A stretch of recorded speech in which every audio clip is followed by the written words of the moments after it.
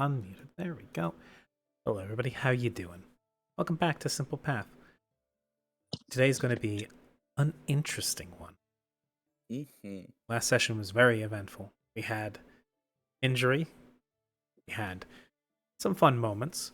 We had some goofy slip-ups here and there. Some exciting combat. And then some very tense moments towards the end. Mallory got petrified halfway through the fight with the basilisk. The clock was ticking. The party managed to corner the Beastmaster that was commanding it, forcing him to retreat using a magic pebble of some sort. And once they finally slew the basilisk, one of the party members, I believe it was it Vark? It was Vark. Or no, it was, I believe it was Hollow Hollow. Managed to inform the party that the blood of the basilisk is the key ingredient to depetrifying Mallory. It was Chaiko. Was it Chaiko? No, Chaiko It was and then attempted to share and fell in the ocean, or fell in the river, and then fell over the mountain. And Holo Holo then before he jumped in the water to try to help Chaiko, shouted out that's what you had to do.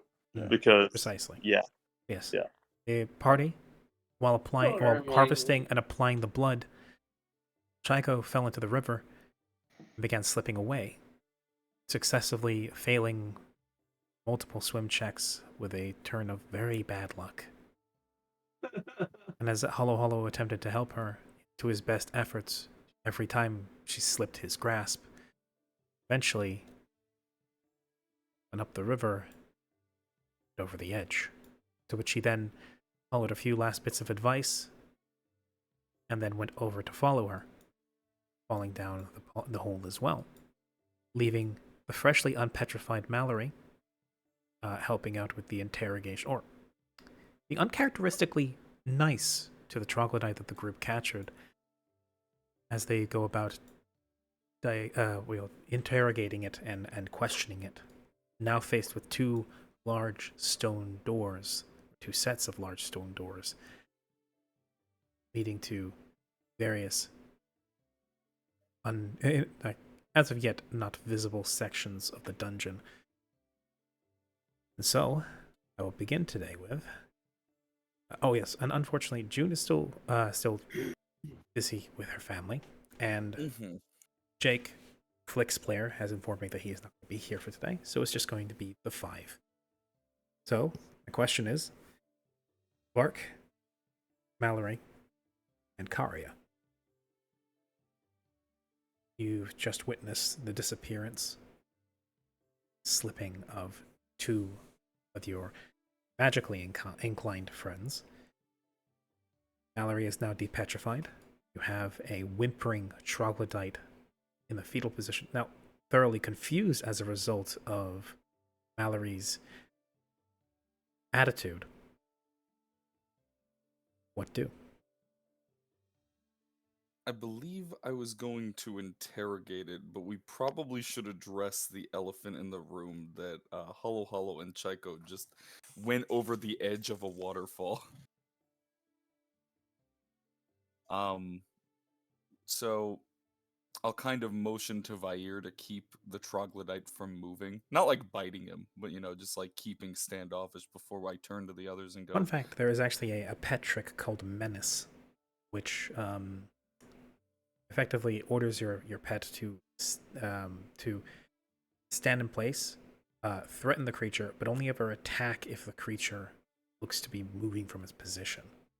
Basically, intimidation tactic to keep it in place. That is precisely what he's doing. Okay. At that point, Karia will just kind of turn to the there goes Vark. I was about to say, we may have a problem. It seems as though Hollow Hollow went the way of his familiars just moments ago, and the fox decided to go with him. So, before we're hasty, most places like this have outlets, doubting this is the only one.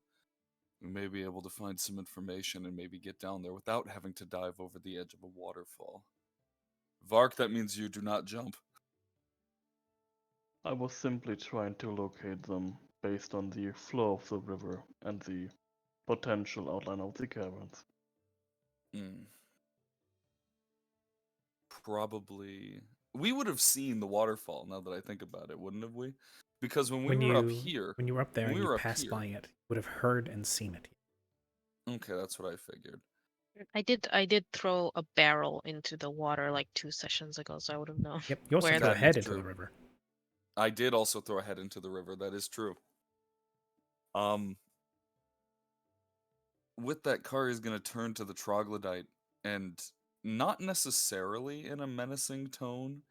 He'll speak in Draconic to this thing. And I'm assuming it's absolutely panicking right now. It's actually calmer than it was before. After Oh. Mallory hit it with that little, not healing, but comforting anti-undead positive energy. It didn't soothe any of its hurts, but what it did do is it give it a momentary shot of wellness, a feeling of wellness that gave it pause and confusion as to why the creatures that had just been beating the crap out of it suddenly decided to come up and comfort it. Yeah, at this point, Kari will kneel down to it, and he still has his spear, but he'll place it on the ground between the troglodyte and Karia, and kind of turn his attention to it and go, "So, you were the last one here, and I believe that I have some questions for you. Would you be willing to answer them, or would you like to die like the others? This is not a threat. This is a genuine question."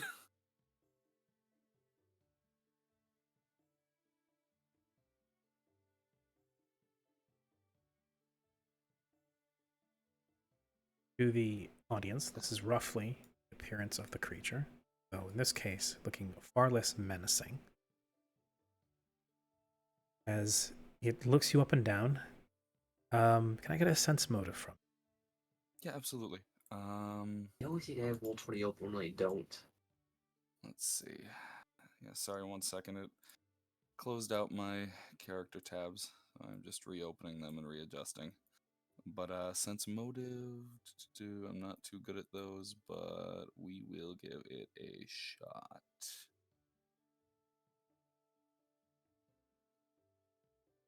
Seven.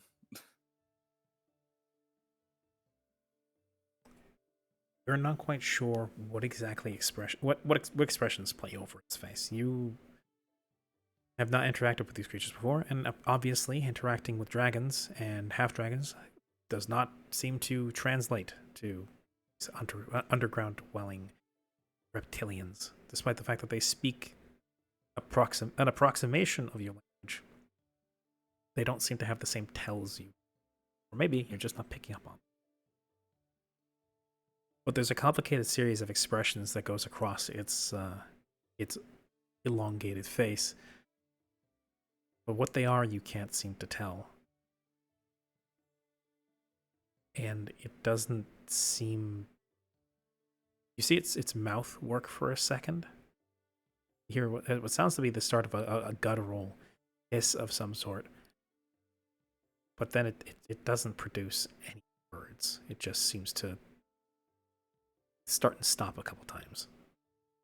Is that I probably couldn't tell if that's actually out of fear or if that this thing literally Not cannot with a sense speak. motive that low.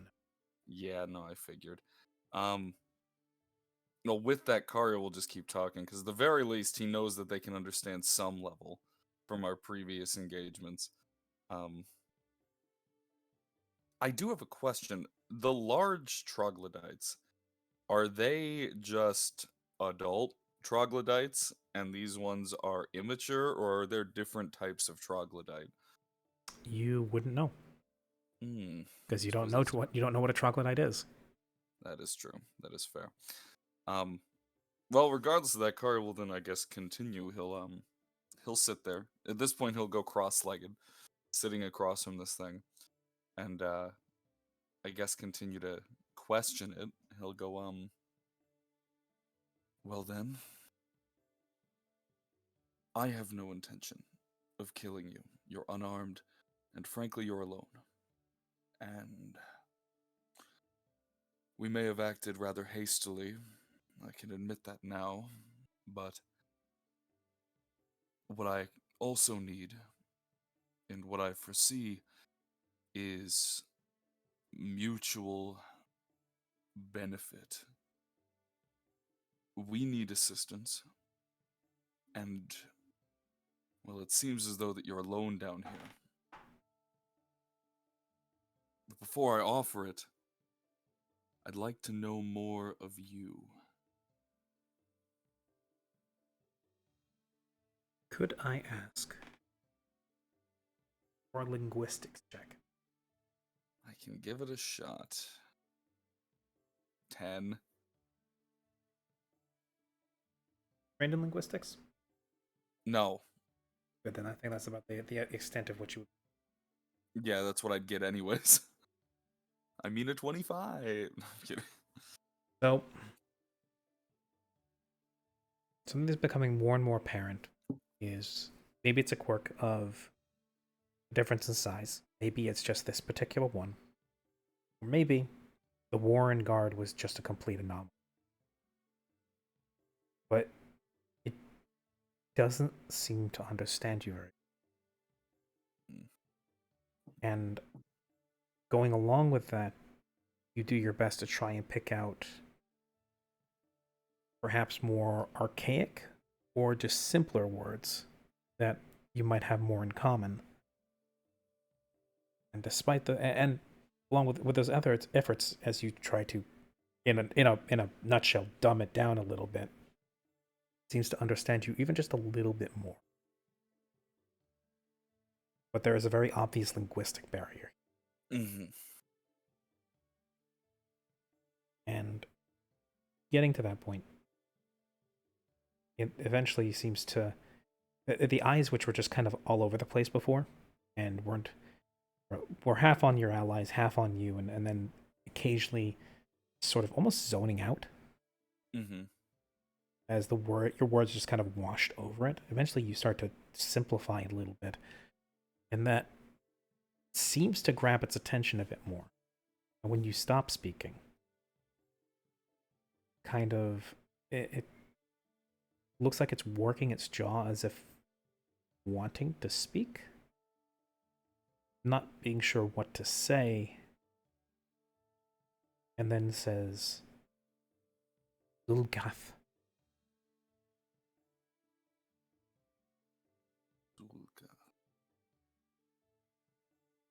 Be Zulgath. Ilhom. Many year. Dragon people. Much long time. White gods. Come. Prophecy. Zulgath. Come back. Our homers. Uproot, kill, home, come back. Home.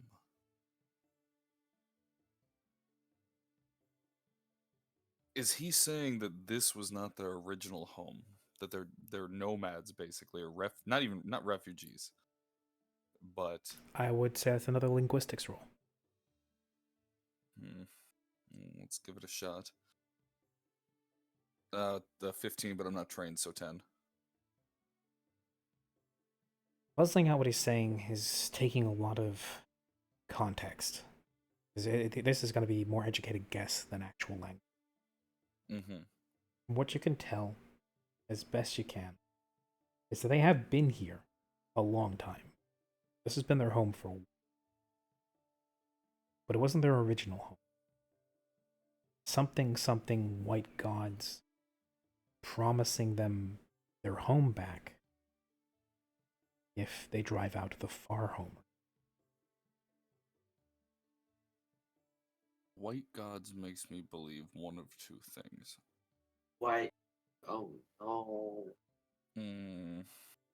Oh no. The thing is, we don't know their culture, so that could be a dragon, which that'd be fun. Or potentially less so. There could be another thing that we don't understand because I don't know. Well, in character, I don't know much about the Zul'Goth. But upon kind of sussing this out, Kara will nod along with what he's saying and lean in and continue in as best he can, trying to dumb down his draconic, which frankly isn't that good to begin with. He'll lean in and go, "Little one, I lost a home too, but it took me a long time to realize that giving yourself to someone who claims that through the death of others you will be granted a home is often not true. I made that mistake once. At least, I almost did." And he'll kind of shake his head and go, "But I do wish to offer you something. Possibly." And he'll kind of reach out a hand. Not forward, but a palm up towards the creature, as if to reach for its hand. And go, "If you will follow me and my companions, I sense that you do these things perhaps because you believe that it is the right thing to do. And with that, it changes my perspective on you and your people. If you follow me,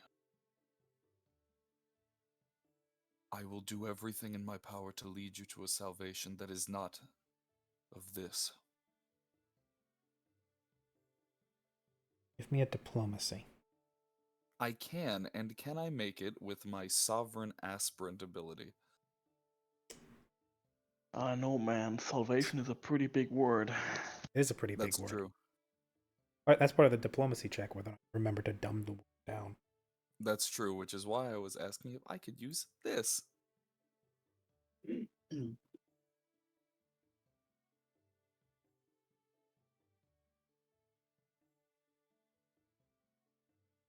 Would it apply here?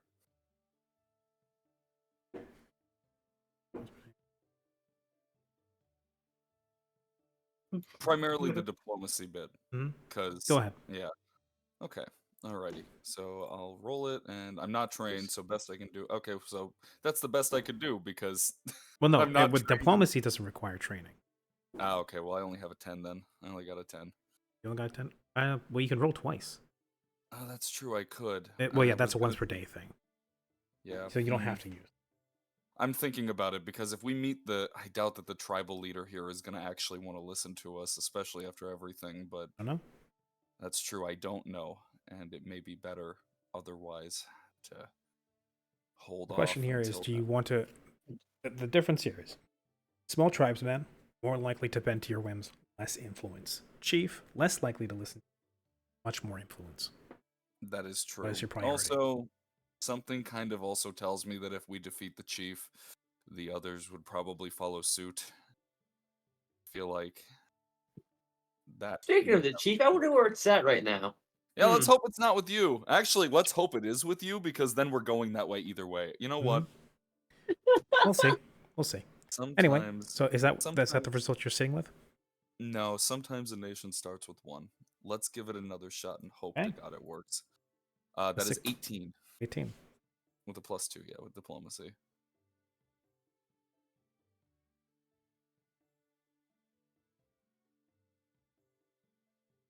I'm going to say it's only because of Mallory's actions Mm. that this goes through. Convincing a hostile creature to abandon its tribe to follow you after you just beat it down. A difficult proposition, at least genuinely, because a lot of chaotic evil will follow whoever they think is strongest. If someone stronger than them beats the shit out of them until they show a moment of weakness, they'll follow them, but they won't be a genuine follower. So doing it genuinely, well, I won't tell you whether or not the creature genuinely believes in you. That'll be up for you to suss out later, perhaps, if it doesn't die in the process. Mm-hmm. But what I will say is it actually listens to you. Previously, it might not have. With the confusion, and also the slight halt in its opinion of you after Mallory took the time after a fight to soothe a creature that was frightened. And you are aware that in dragon society, at least in the more primal dragon societies, dragons that show weakness, that show cowardice, typically are not given comfort. If anything, the more merciful action is to put it out of its misery, else it be ridiculed and thrown to the bottom of the pile for the rest of its life. Unless or until such a point is it able to get together the strength to prove itself to its contemporaries. But even then, position will always be shaky thereafter.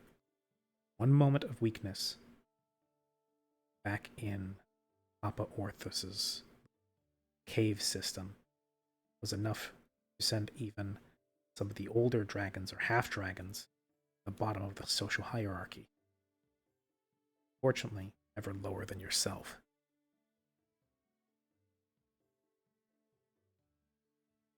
The creature marks your words. Seems to lose you every once in a while, but then picks up the thread again, now and then. The creature looks you in the eye, its slit pupils skittering back and forth across her face. The thing is obviously frightened, injured, damn well near death. Though its bleeding has stopped, and it is regarding you with caution. You, me, leave Hillhome. White gods come. Fight for white gods. Home come back. No fight for white gods. Freeze. Freeze till bones. You, no fight white gods.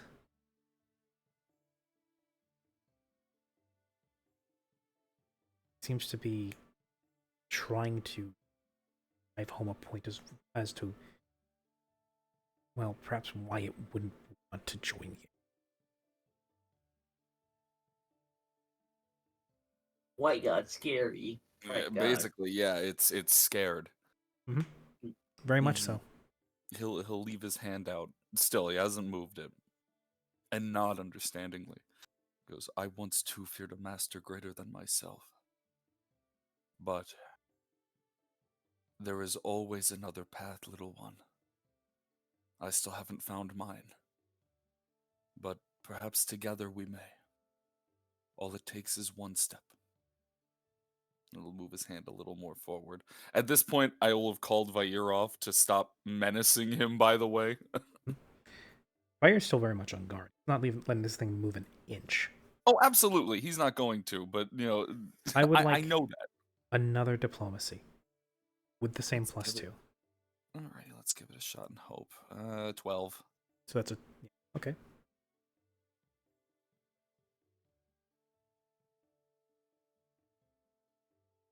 It'll reach its claw out, very hesitantly. And put it in your. Now crush it. Yeah, now I kill it. No, absolutely not. Before I stand and I grip it gently. Do you have a name, little one?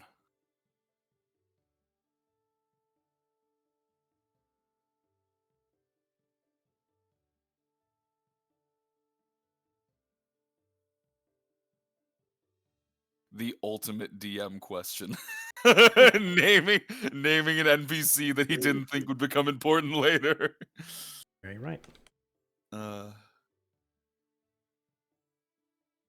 If not, I can name you. I don't know if they have names. That's a genuine thing. Raya.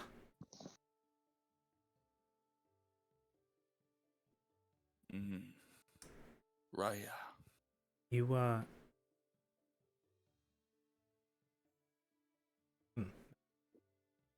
oh, you grab its hand. What do you do? I'll slowly stand to my feet. Thereby pulling it then- to its feet. Yeah, slowly, very gently, not like yoink. But as I get to my feet, I'll look over towards the waterfall. Well, first I'll turn to the others and go, "He will not harm us, do not bring harm to him." I have a better understanding of these things now. They may be reasoned with, but we may have bigger issues at hand. So He can guide us through these tunnels. okay. The troglodyte now pulled to its feet, kind of grasping at its wounds and very nervously eyeing Vair. Kind of like how a small dog eyes up a big dog. And then he's going to point to this door. Say, Chief, Father. And point to this. Say, Soul Father. Soul Father. At this point, Karia will kind of step this way and not really like yank the troglodyte with him, but kind of like, motion with his head. And then go, "And what lies over the waterfall?" You see it go rigid as you ask that. And stir. Oh boy. Well, everyone, they're dead. It's been good to know them, but we must move forward. No, I'm kidding. And now, Shaco and Hollow, locked in darkness as you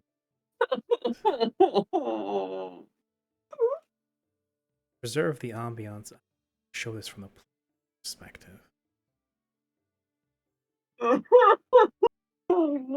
The two of them have been very nervous about this coming session. I would say rightfully so.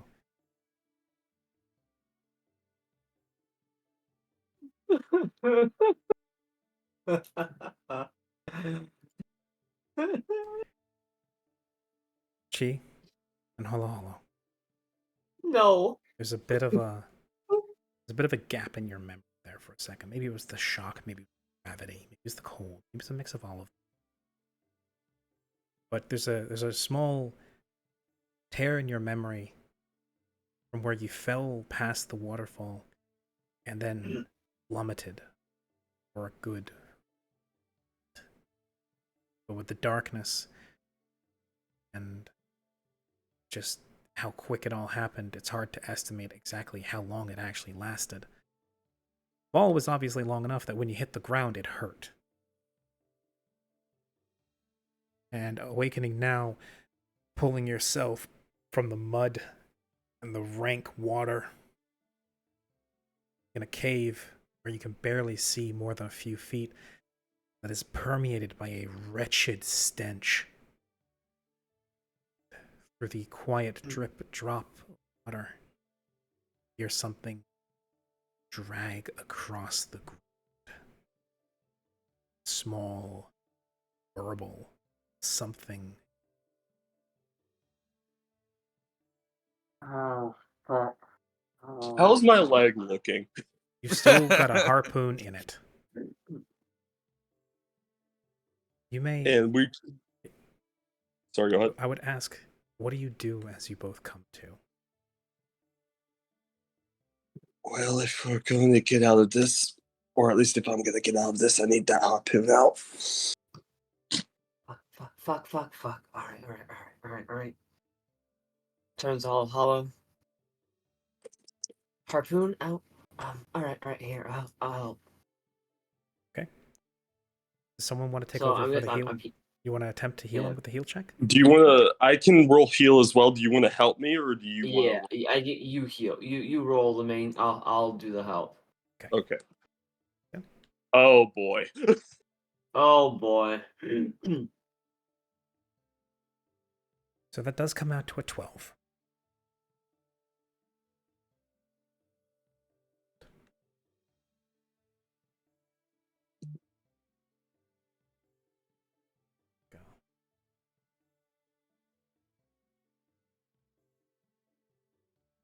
The harpoon is stubborn, and obviously, with how long it's been in there, it's had its chance to really grip into the muscular layer of your leg.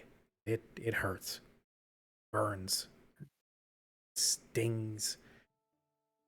Feels like the bone of the harpoon might be grinding a little bit against your bone, which is an unpleasant sensation. I'm sorry. No, it's all right. I don't think it's coming out. At least try to get rid of the rope. All You right. may try again for time. The heel or the Heel. to cut the rope? Well, if you have a slashing weapon, that would probably just cut through the rope. I don't think that's gonna be Yeah. an issue. It's a wet I rope. have a dagger on me. Masterwork, technically. That could help, but the issue here is getting the Yeah. Want So- me to roll the main heel this time, or you? I'll roll heal. All right. I'll roll heal. the best I can offer is Yeah. a weapon. Yeah. Yeah. Chi, it's very clear to you that this thing is set in there. Hollow in his injured state, his hands are too quivery, too all over the place to actually get the job done. Sorry, You I'm sorry. I can't get it out. It's stuck. You can do one Yes. of two things. You can try one more time without Hollow's help, just relying on your own roll, or you can pull it out, potentially do damage. Or get in. Do you still have a healing potion out of curiosity? He does. I do, but I don't think healing potions gonna get rid of a harpoon. Well, no, it's not, but I'm saying if you do yank it out, you can at the very least have a potion. So it might hurt like hell, but if you can't get it out safely, you have other have options. mercy. Either Also, that or I would just like to remind you, thump, thump, thump. No. The hopper is not coming out. I'm not going to yank it. I rolled a yours. Rolled a singular heal check. Of course. Fortunately, Now it's bad. And as your hands approach the wound yourself, it begin to shake. The blood around the wound obscures it. Do little better than he did. Harpoon does not make any progress of being. I'm sorry. Do we hear this thing moving towards us, or do we see it with our low light vision yet? A perception check, please. There is no light down here. It is only darkness. Both of us, or You wish? If you just have low light vision. If you have low light vision, Yeah, that well, I helps have in low light. low light. If you need dark vision in a place. That is true. Shit. Oh, well, there you go. There's a good roll. Chi, yeah. you listen out, and you hear water shifting as something moves through it. Drip drop of water from above. It's that same occasional burble. Not quite sure what that sound is. Hollow. Listening out. Feeling the ground. Taking into account all your senses where your sight is failing you. Try and figure out maybe where this thing is or if it's approaching. And just behind the sound of the dragging through the dirt, what you now hear is a sort of like the low burble of a Nile crocodile. Something like that. You're familiar with that little rumble that crocodilians make.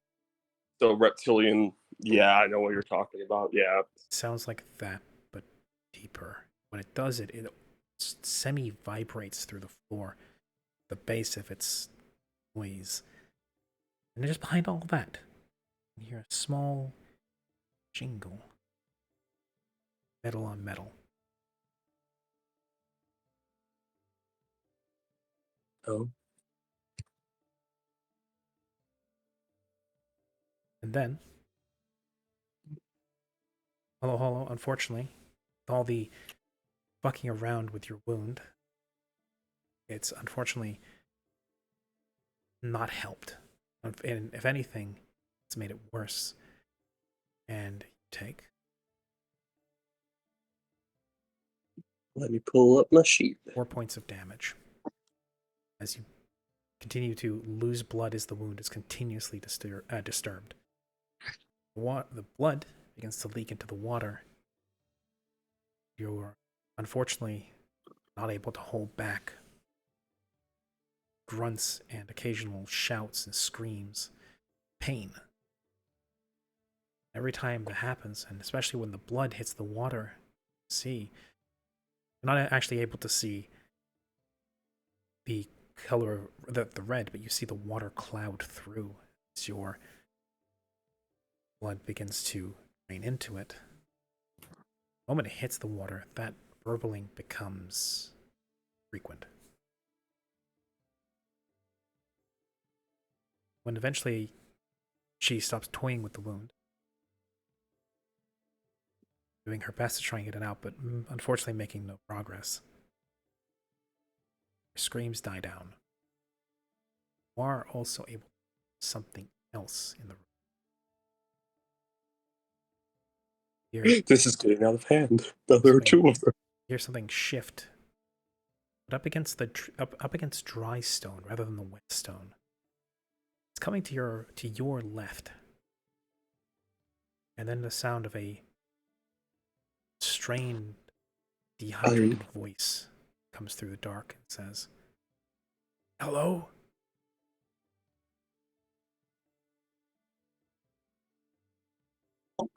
From this direction. From destruction? This direction. Yeah.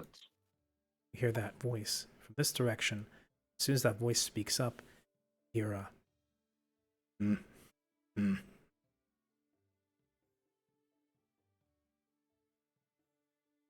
I turn to Hollow Hollow before anything happens, and I say, lean in real close and say, I whisper, not a word.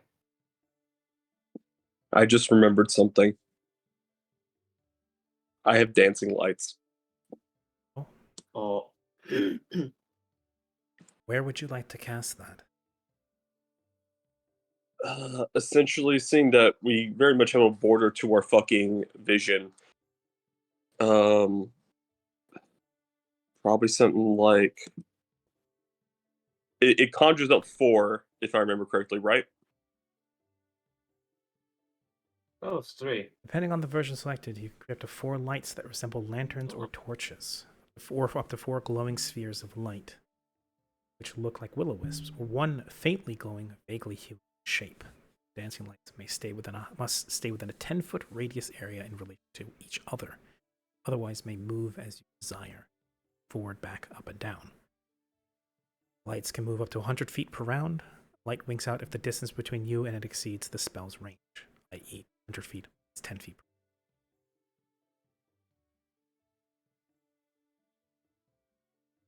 So you can have up to 4 lights. They must all stay within 10 feet of each other. Okay, I'll have one right here. Just essentially one right here and then one right here, I think. I'll have it. So essentially, this little line right here, just lights will appear. Okay. Yeah. While he does that, can I take my rope? Can I take my dagger and start trying to cut through that rope on the harpoon? Just roll the damage for it. I think it's this. I think it's that. Oh, God damn it. Oh, no. You try to saw through the wet rope, but unfortunately it's tenacious. I thought that was an attack roll. I was like, well, thank you for stabbing me. No, he said this damage. Okay. While he's doing that, you can continue trying to do that. One more try. See if you make any progress. Me? Yes. Oh. Unfortunate. Unfortunate? Yes. Because 2 damage isn't enough to get through the rope. Oh. Oh, is the 8 a crit or something? The 8 is what it would be if you critted. Oh, damn. Oh, okay. Damn. So I just rolled 2 more than 1. Oh, I love their luck so far, Julie. It's been a All great your start luck to the goes, session. all your luck ends up going to Genesis. All of your bad luck comes here. So you Mm. know it's been working pretty good for you so far, Jules. So because they second.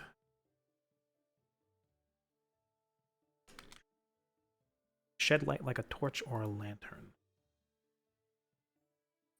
So Oh 30 feet.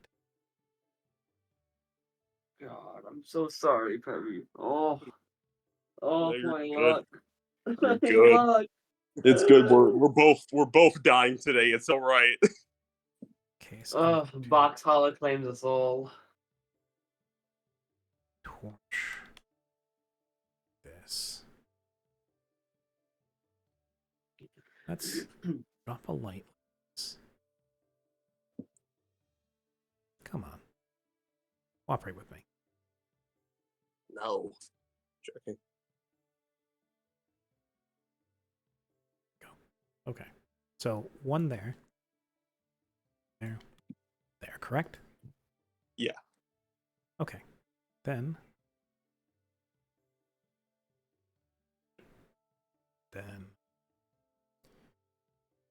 give it a visible radius.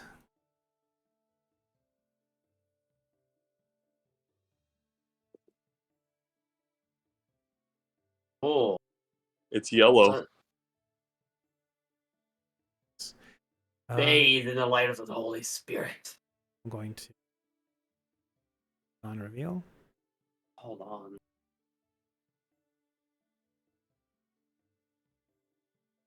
Now that there is kind of light now, does that affect our low light? It might. Reveal.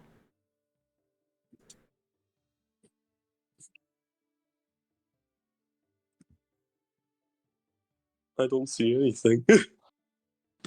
Oh, there you go. Now I see shit. I'm going to delete these in the interest, not making shit completely opaque.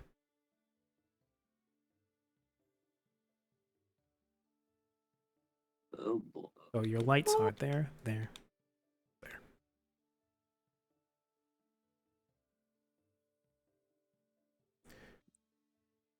So,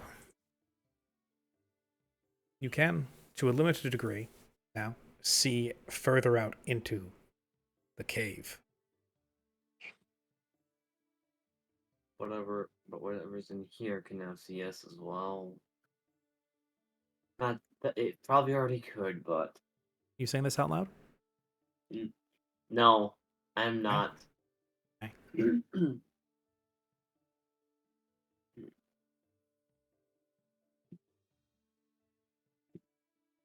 So Before we continue on, I'm gonna hand Chaiko 2 of my cure wound potions, my minor cure wound potions.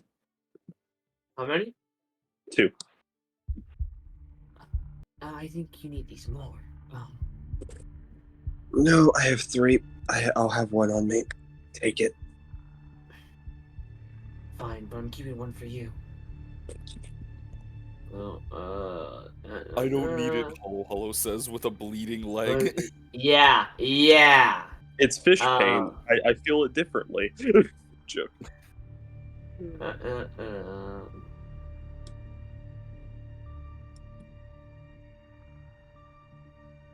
Anybody watching right now, let me know if the audio is okay. Let me tune in real quick and make double, triple sure. It is, yes. Okay, good.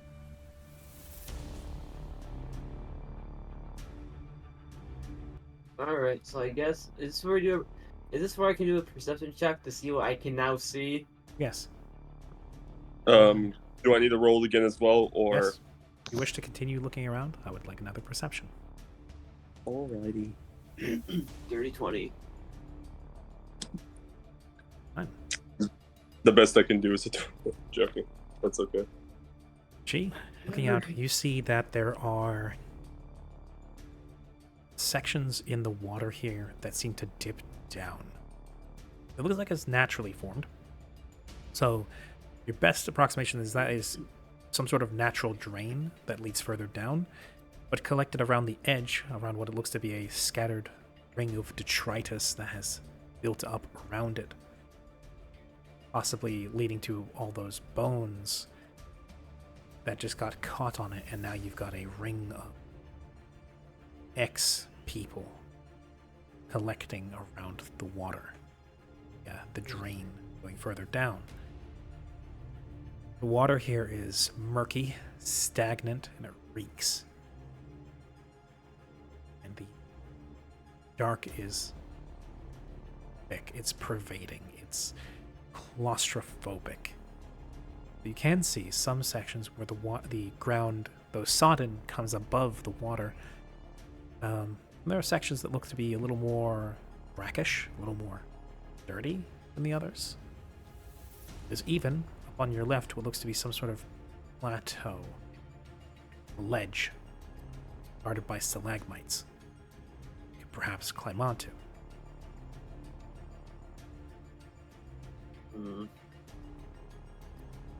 Hold on. Again, you hear that same shuffling off to your left, as well as the dragging, burbling this direction.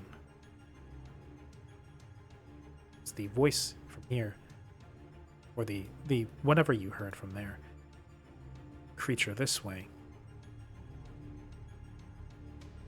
So it seems to be moving back this way, sounding a bit more distant.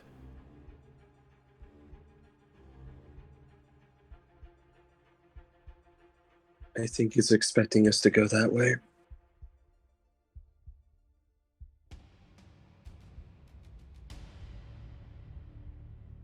Well, turn to Hollow and go and say, "Well, fuck. What do we do? I don't. Fuck. It's very clear. Whatever was working in that brain of the fox is no longer working. Dread is not dread. Fear. Yeah, I guess maybe dread is a nice firm hold on the old mind right now. And I position the lights a little bit, like maybe move the lights a little bit around to see if we can get a good look at this thing. You could. And it sounds like it's coming. It's around here, right? Correct? Or So where do you want to move? Because remember, they have to be within 10 feet of each other. yeah. That said, I'm actually going to. Second. Hello. Hold by. Also, Go. for the sake of There. I will also, give you control over them. yeah, and also for the sake of just flavor shit, the lights appear like bioluminescent, like deep sea creatures. Okay. Yeah.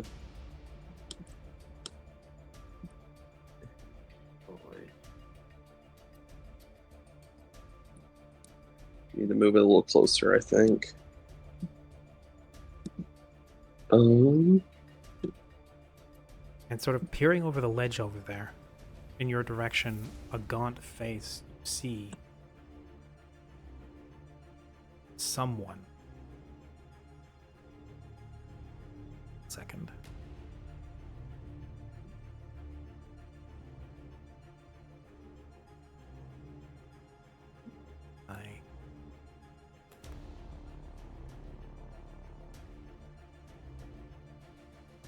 Do not pay attention to the man behind the curtain. Oh no. Oh no, he's hot. It's handsome Squidward. I knew it, bro. Oh no, he's hot.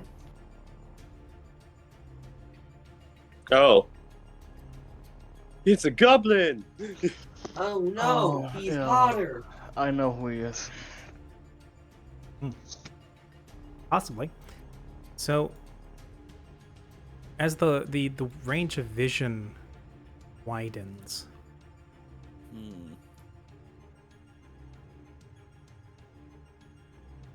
and I'm going to steal this for a second. Actually.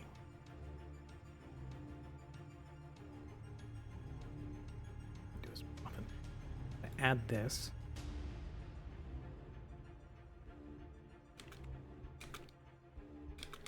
As the web of vision widens for the very edge of the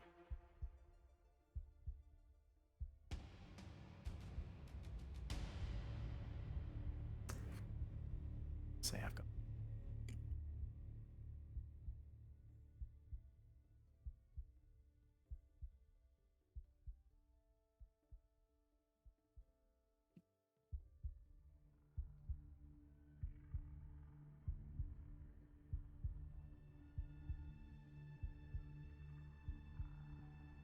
technical issues at this point. Oh. That's just my capacity is full on my.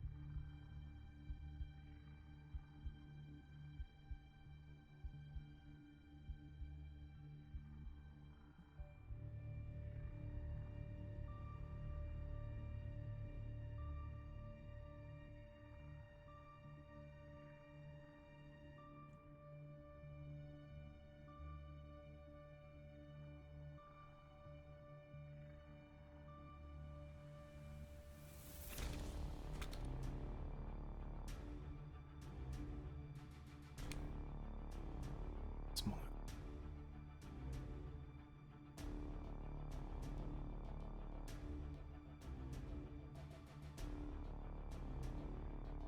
What? Actually,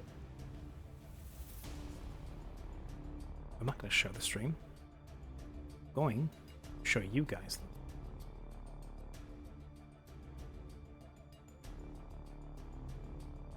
Hello, hello. You see it first, due to your better perception. Just peering just beyond the dark.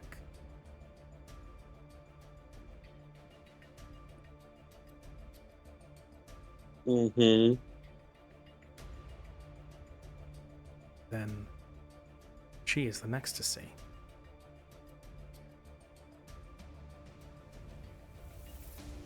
And then it draws back.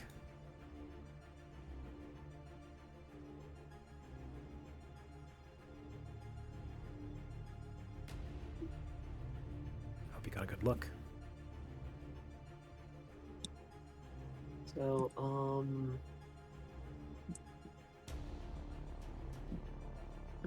okay, so, let's see, what is my new character going to be this time? Let's see. I'll wait for the first one to die. Jeez. I don't have rush. to. It's going to happen. Funny enough, I don't think it loaded for me.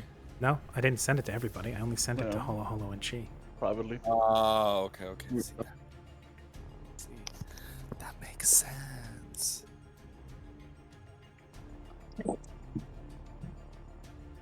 As the lights flare up and the goblinoid man sees you, he, with one arm seemingly not working quite as well as the other, drags himself over a little bit.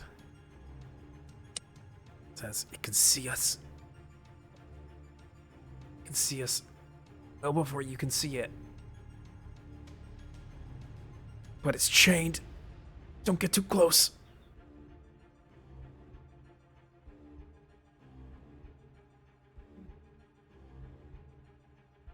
From beyond the dark, you can hear another rumbling burble, and then warn them as much as you like. They're not getting out. Just like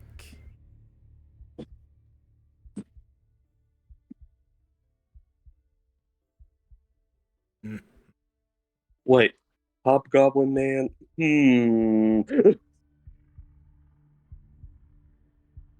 Wait a minute. Yeah, that's why I just thought about that.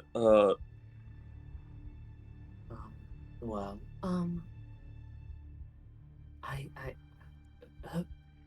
well, I mean, now it's very clear, it's very clear that conversation is doable because, who are you? She asks. aiming towards what's his name? Gabo Gabo. Pablo Gabo, yeah. The non nightmare inducing creature. Ah, yes.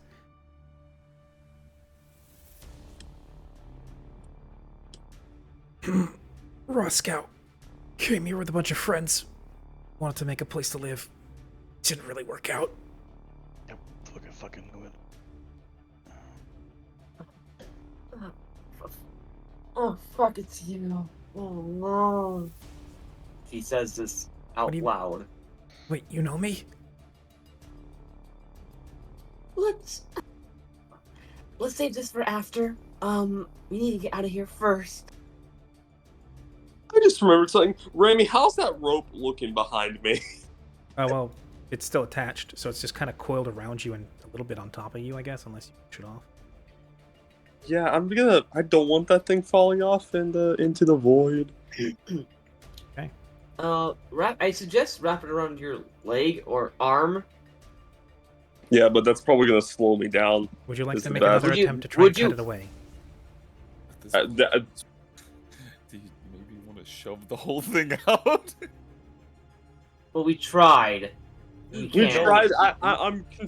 At this point, I'm thinking if we try to do that, it's gonna take a huge part of my leg with it. Well, remember what Rami said earlier. He said, do you want to make a heal check, or do you just want to yank it out and potentially take damage? It wasn't a if, then. It was an Do you and want me or. to? I don't want that thing grabbing me.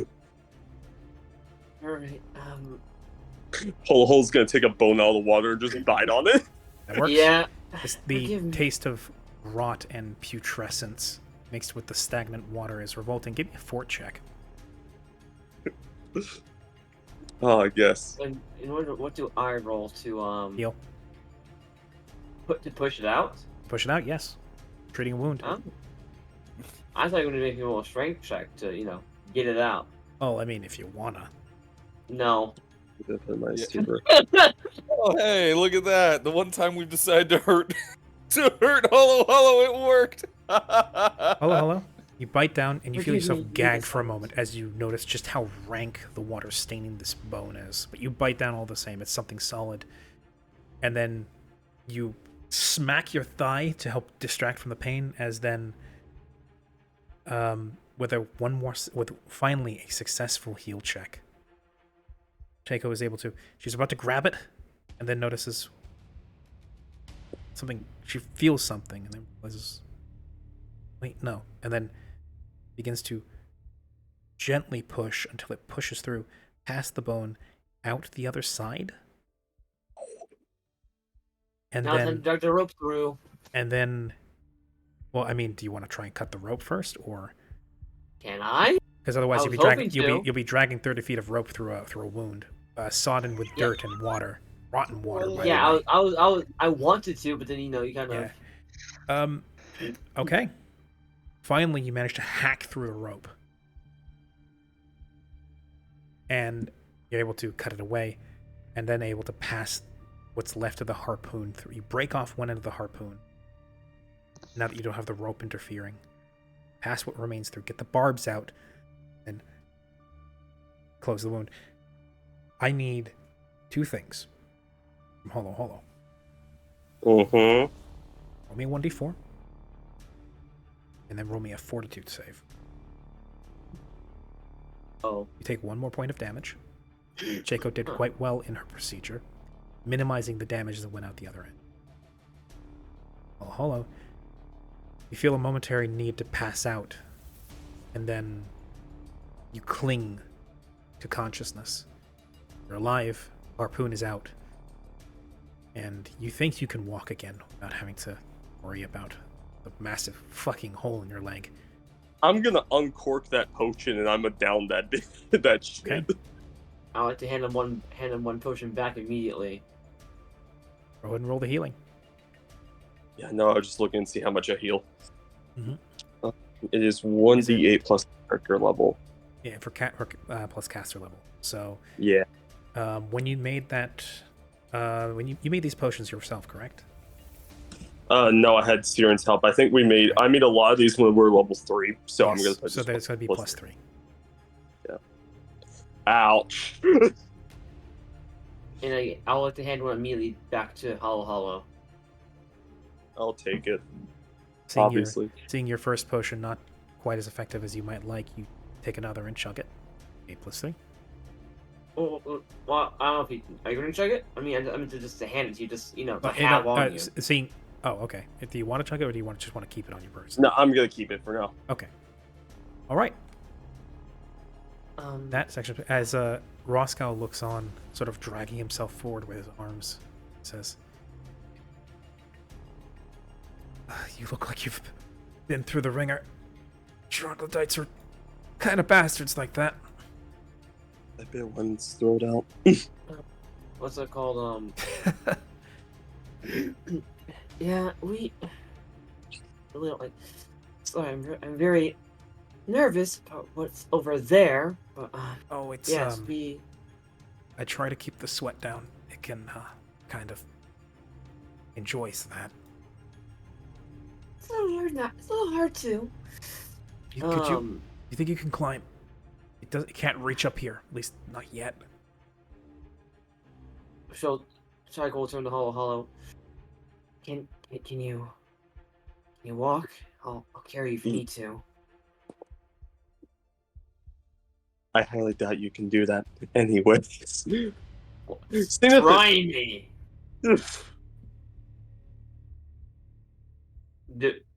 Can you walk? Yes or no?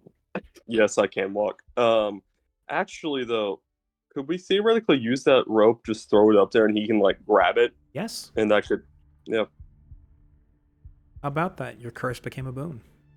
Yeah.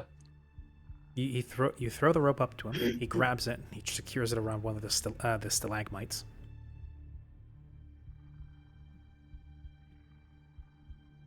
I'm guessing roll climb check. Yes, though it's going to be a fairly easy one considering you have a rope to use. Oh, don't. Damn, we're rolling that one now. Thank you, Rami. You found a stalag. Is it jinxing if the GM does it? Hey, there you go. You succeed. Climbing checks with a rope are DC 5. Oh. Okay. As he secures the rope, then he pulls himself back, and you all manage to haul yourselves up onto the ledge. So I'm waiting for him to move back out of kindness. Move back. As you do, though, you finally the light of your dancing lights pervades the central part of the cavern, revealing. First of all, your lights have moved away, so this bit shrouds in darkness once more.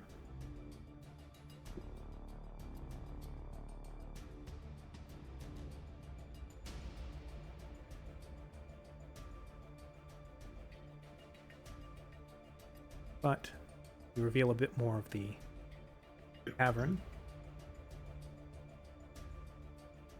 Feeling what looks to be some sort of ritual circle. That's not sus at all. Sure ain't. Does that mean? Oh, hi. Oh, hi. Hi. Do I know what this thing is? Can I roll something? What do you think might help? Arcana. Arcana. Definitely. Arcana planes maybe as well. That Planes could be might one. help. Planes might work. But do I have my choice of Arcana or planes, or One or the other. okay? Arcana is my best one right now, even though I do have planes as a skill I know. Can I too? Oh, You may also, G. What the fuck is that?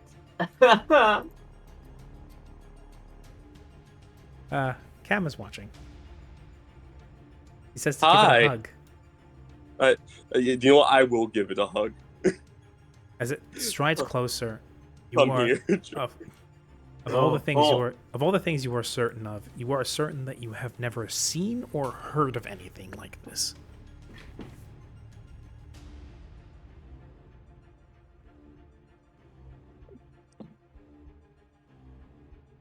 Any chance we can get that image again? But I mean, now that that's on screen. Oh no, you can see a much better image because it's now in light, as you can see it in color.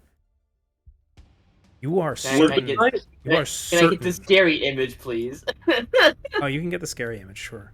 Well, we might know where this thing comes from with those I was rolls, about to though. get, I was Like, about to get into that. okay. You can tell that this thing is not natural. It's not even, to your best knowledge, something that's magically crafted or summoned with a spell. Comes from no plane you can think of. But this creature is twisted. It has uneven amounts of eyes. It has mouths all over its body. It has extra limbs. It looks like one of those creatures you were attacking and fighting before, but it's bigger. It's bulkier. It's nastier. The stench reeks like the foulest rot from the pits of the earth. Its claws are wicked. Its feet are huge. Its chest is like a barrel. And the whole thing is nightmarish to behold. Holo's What gonna looks to be caustic venom drips from its mouth and sizzles on the rock on the floor. This creature is twisted and mouse-shaped. And that immediately connects you back to something. These creatures that you were fighting just now are supposedly draconic in some respect. And you remember getting a bit of an info dump earlier about what happens when draconic things are too deep. About what's down there and what effect it has on creatures.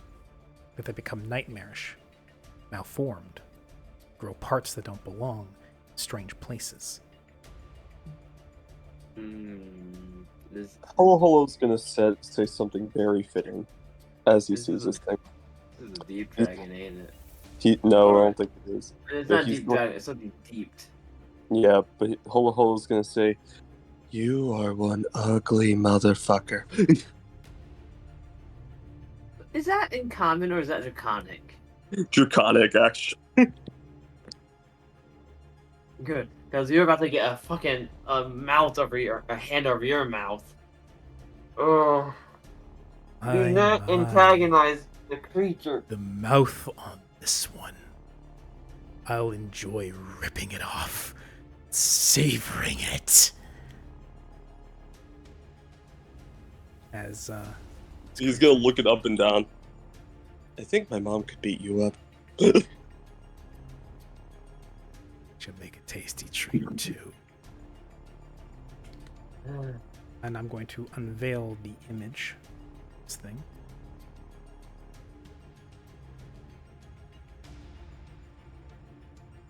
It's smaller, Right. notably. Yeah.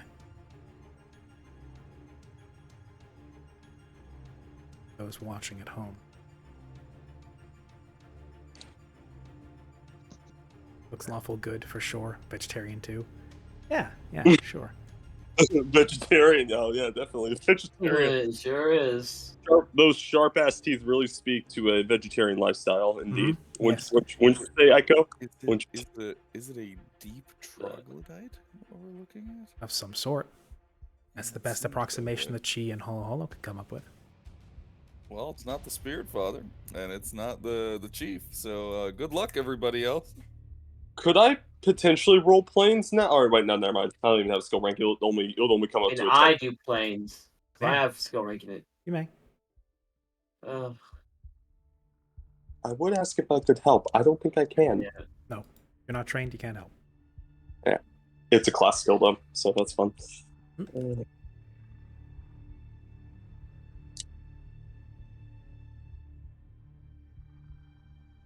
Chi, you don't know where the fuck this thing comes from. This, like, you've heard of like the effect of the chaotic energies before, and they can have strange effects on creatures. But there is something. Chaos is random. It is not malicious. It is not actively harmful, though those that prioritize order may consider it as such.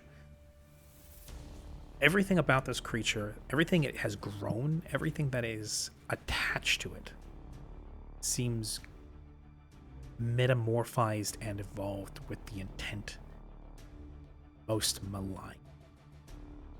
So is this thing Everything about this thing is malicious and built to kill. is this thing like chained in here through magic, or is there actually like a physical chain keeping it With restrained? your previous perception checks, you're actually able to see a small, thin golden chain back to the center of the circle. It's attached by a small anklet around its ankle, and by all logic, that chain is not holding it there purely through force. Yeah, I was to say, is that like a magical chain or something? Because I highly doubt that's keeping it at bay currently. Maybe. And so,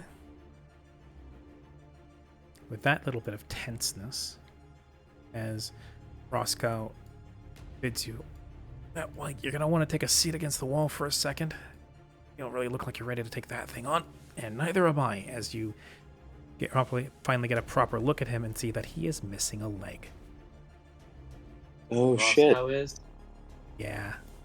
Can I, now that my leg is not killing itself, can I help him tend the leg that killed itself? It looks like it's cauterized already.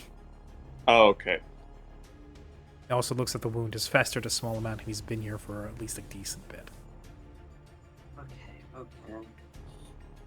You're gonna want to take a load off, why don't you? Okay. As he then kind of props himself up against the wall with what looks to be a snapped shaft from a spear used as a sort of impromptu cane. Yeah, a crutch or something like that. Yeah, like a crutch. Okay. That thing can't leave the center of the room, but you can't get to the exit without going past it. The only person who can keep it at bay is the chief or his head priest.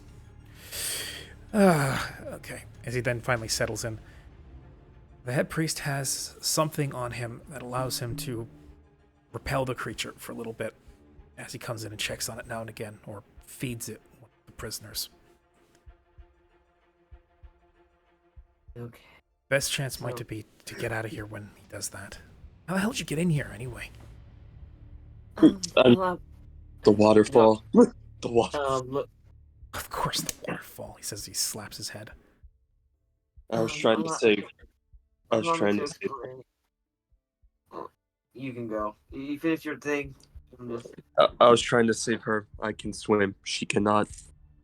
She really cannot swim. Allow me to explain. So, you want me to actually recap, or can we We'll just say that you give him the rundown. Yeah, I give him the rundown of what all transpired and how we've ended up here and why we are here, essentially. He chuckles a little bit and says, so Stanislav finally came to collect, huh? Everyone he was going to check in. He was always an upright fellow. Kind of an asshole. And not very polite. But he knew his way around coin. And he was one of the few willing to invest in me. It's just a shame he didn't check in sooner. These goddamn troglodytes might have been dealt with before half the village got kidnapped. Now, kind of looks down at the ground ruefully. Sort of wrapping his fingers around the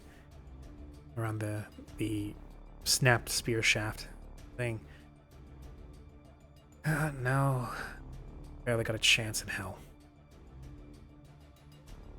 Half the village has been fed to this thing. The other half is either chained up or back at the village wing to die, I guess.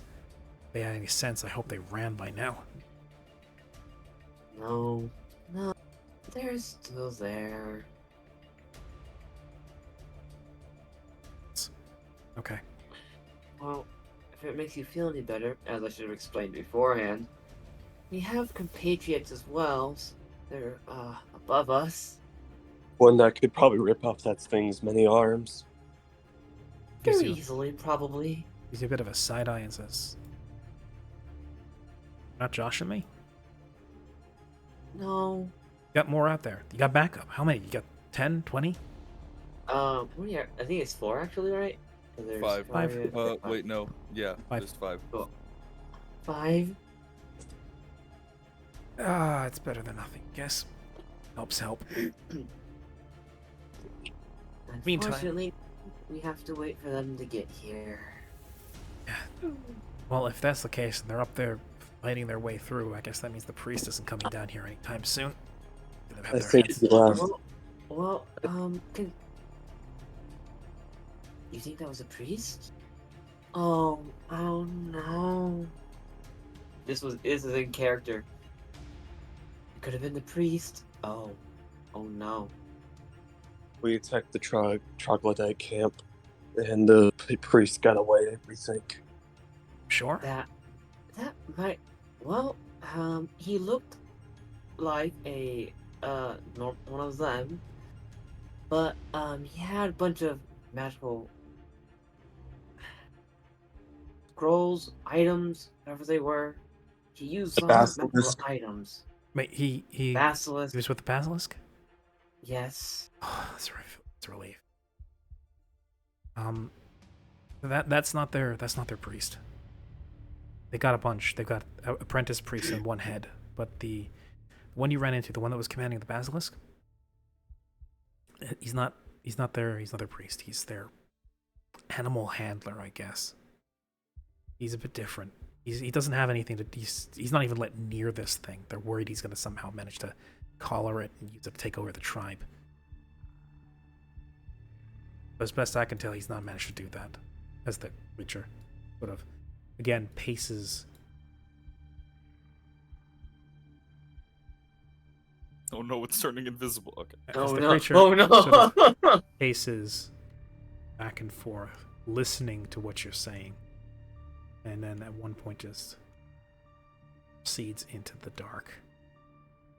Hear once more the splashing, the dragging. That guy, as best I can tell, is just their animal guy. He's the one who looks after like the what do we call it, the familiars of the priests and stuff like. He ran away, so Oh, knowing him, he had ambitions, so he's probably off to go do his own thing right now. I can hope. Or he's waiting for a chance to stab your friends in the back. Who knows? I hope they're ready. 5 people isn't exactly what I was thinking would be necessary to take on an entire troglodyte camp. well. A lot of the to be fair, troglodyte, a lot of them are dead right now. Yeah. That's a and how many relief. were there? 16, 18? 16, 18? How many were beforehand? In the initial wave, there were about 10 little ones, and then there were the 2 big ones, and then in the next area over. How many I of the big believe, ones did you kill? 3. 2. No. 3? Oh wait, no. Yeah, Yeah, no, 'cause you're we right. killed It two was- big- we we killed two did big not ones. kill the last one. Oh boy, your Yeah. friends are in for a surprise. Oh, lovely. And we will jump back over to the other group.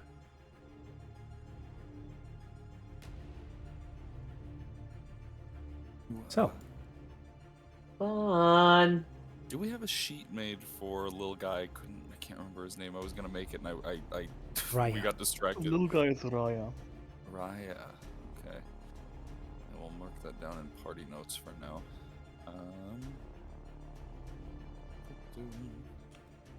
I suppose with Raya in tow, I'll go. Is there any way down there?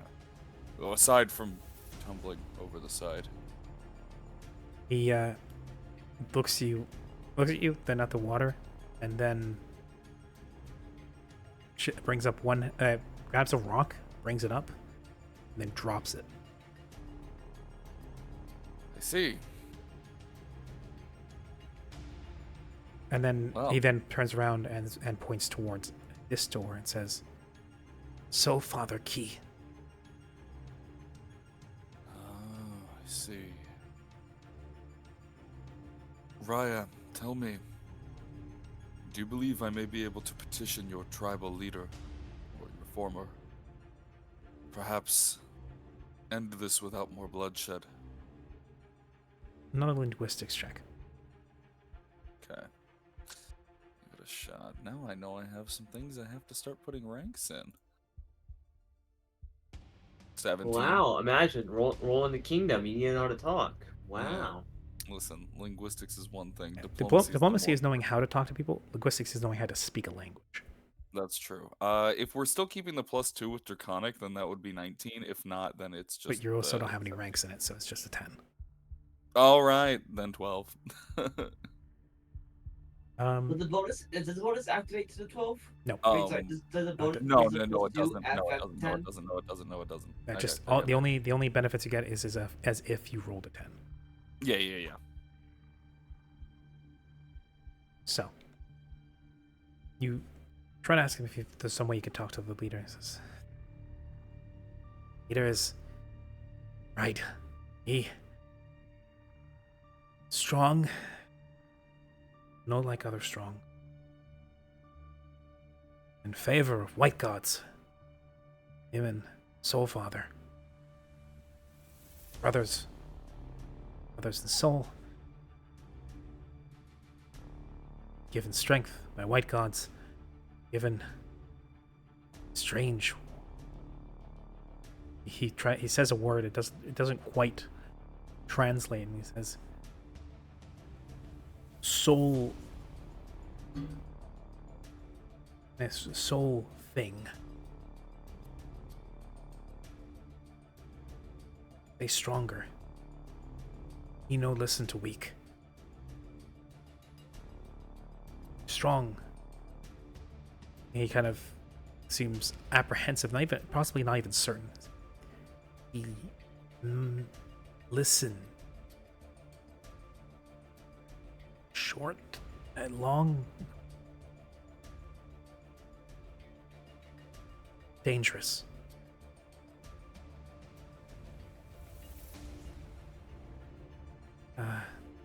He's struggling with words, and he says,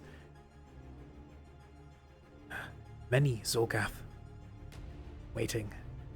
Many Zolgath guard. If fight, no fight alone."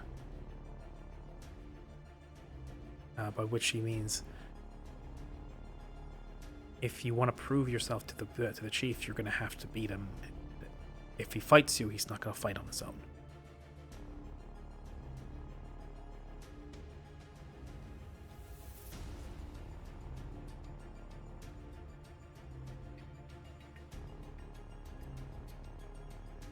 Wow. He may hear you out, but if you want to convince him of anything, you're going to have to prove you're stronger.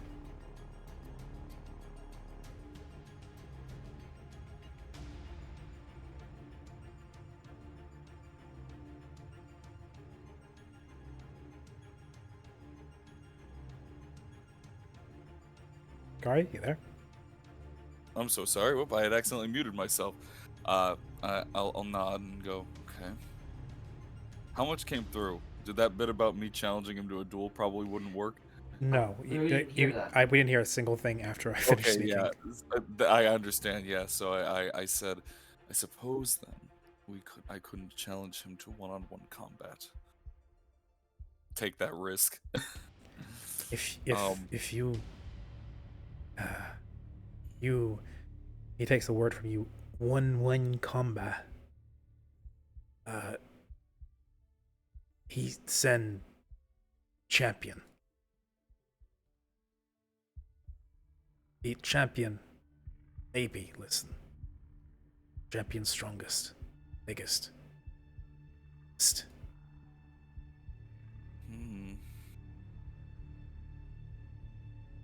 Not as mean as monster.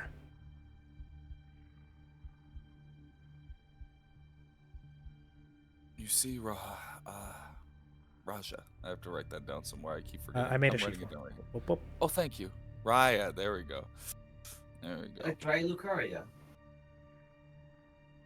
In your tongue, you know it means bark.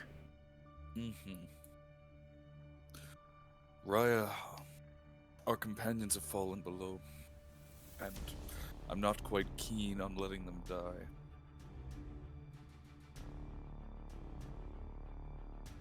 But I also believe that we may be able to settle this and potentially form some form of pact. I believe we've proven our strength enough here. And then I'll turn to the others and go, We are faced with a few options.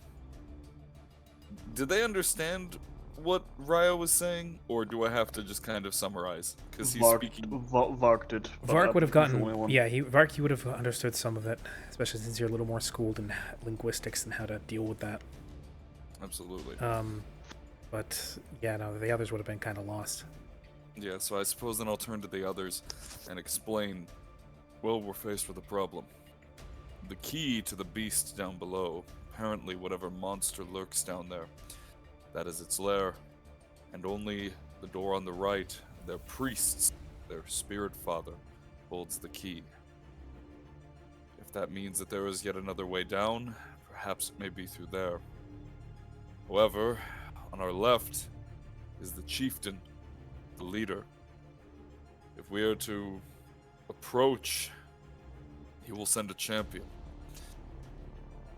We may be tasked with strength alone to gain an audience. Perhaps he will hear us out. But if we are to get the others back, we need to find a way. And I don't suppose dropping ourselves off the cliff and into a pit is the best idea. What do you all believe? What should we do?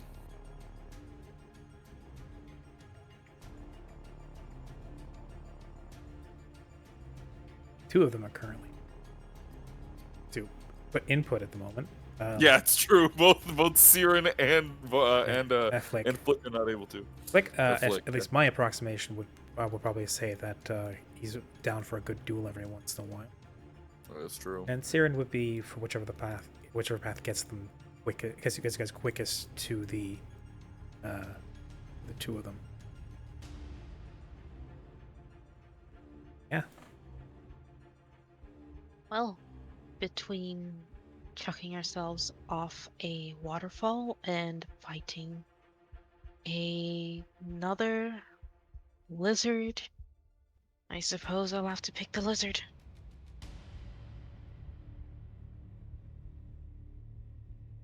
Vark. Raya actually taps you on the leg and says, "If Chief think you can fight white gods, might listen. He scared. I know what fear does to you." I'll kind of lean down and go, "White gods." And they'll point to Vair. Look a little like him. Looks at Vair, turns back to you and shakes his head. Jay. Not- Oh boy. Not Scalekin. Something else. Hmm. Skyfire.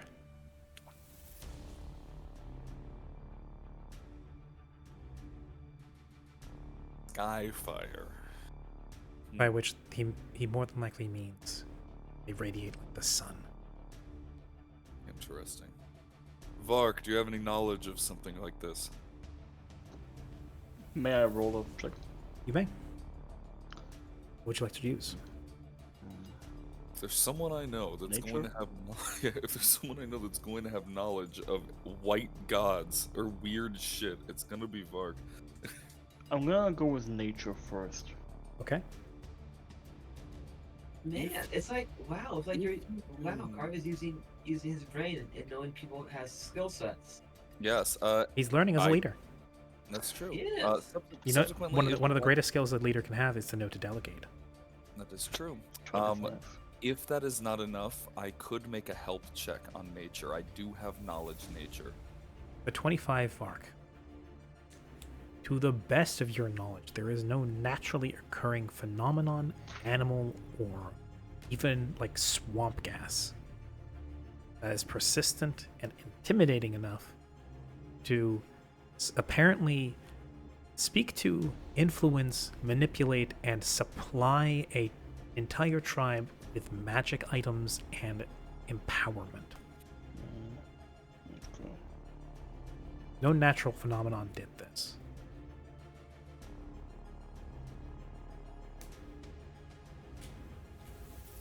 ask it for more details.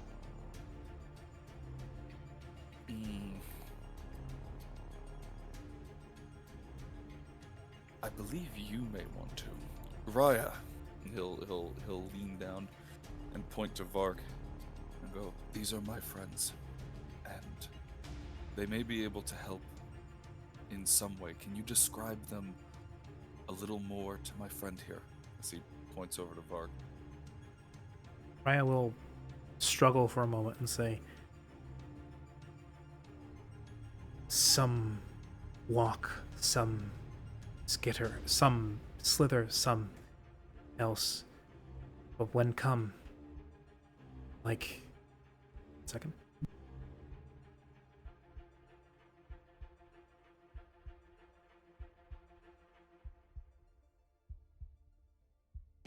But when come, GM leave.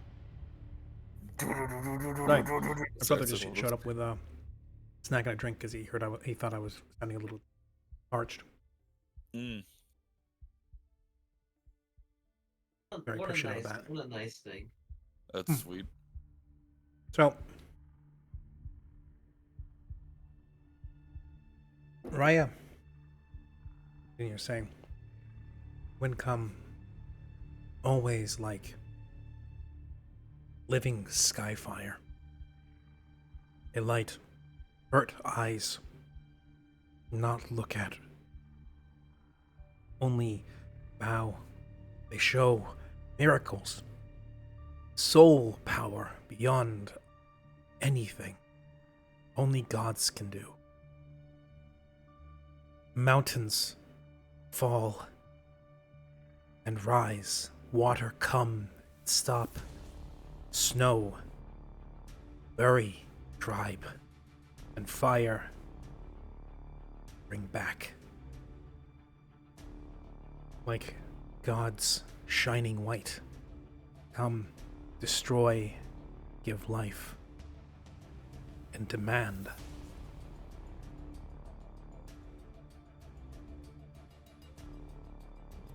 Spirit Father say, white gods want Farhomers gone, and if Farhomers dead or scared, gone, we home return.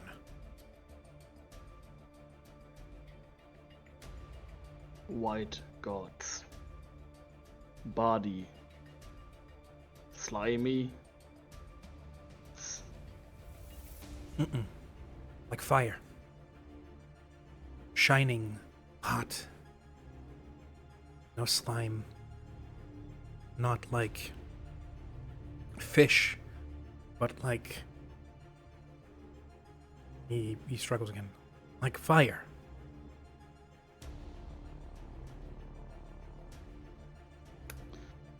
Varg is going to purposefully reach behind him and kind of turn his body that Raya can see past his body to his hand, and flick as he produces a little flame in his hand. Like so. Hillian Bleak, hello, welcome in. And Hello. you ask him as you perform a small cantrip of magic. As he looks at it, and he shies away from it for a moment. Obviously, fire is not a common amenity in troglodyte culture. But it draws a small flinch from him. But besides that, he's almost entranced by it and says, maybe. Oh God, fire, tower, huge, burning, bright. Skyfire cannot look at hard memory. Okay. I'm gonna dispel the flame. If possible, I'd like to try Arcana next. Go ahead. I would like to help with that. It's either a toss-up between Arcana and Religion here, I would say. Yeah, I definitely can help with Arcana, so let's see if I can actually pull it off. Go ahead. I can help. Yeah, that's +2 to your Arcana check. I basically believe that They are, let's just say it as it is, primitive. And what they think might be gods is most likely just quote unquote something magical, right? Yeah, I mean, what they say about what do you call it, about sufficiently advanced tech seem like So magic. let's say Perhaps 20. sufficiently advanced magic seems like gods.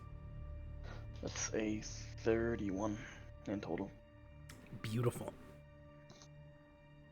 So tackling this from the realm of the meta and paraphysical, it is not a stretch to say that sufficiently advanced magic would appear to sufficiently unadvanced cultures as though one were a god. There are certainly flashy and powerful enough spells and magical phenomena to seem as if they are acts of God. For instance, you guys got a witness of that back on the road, where rocks pulled themselves from the ground and crushed wagons between them. If someone gestured like that, and suddenly your best friend was so much paste between two rocks, and you had never witnessed anything even close to that before, who but a god could manage something so terrifying? On the other hand, this could be something plainer. It could be a creature or a spirit, or an elemental. To the best of your knowledge, these could be flaming elementals that came into the land of the cold and then decided to start subjugating, but that doesn't quite line up. No fire elemental would have the motivation to want tribes driven out of a frozen wasteland.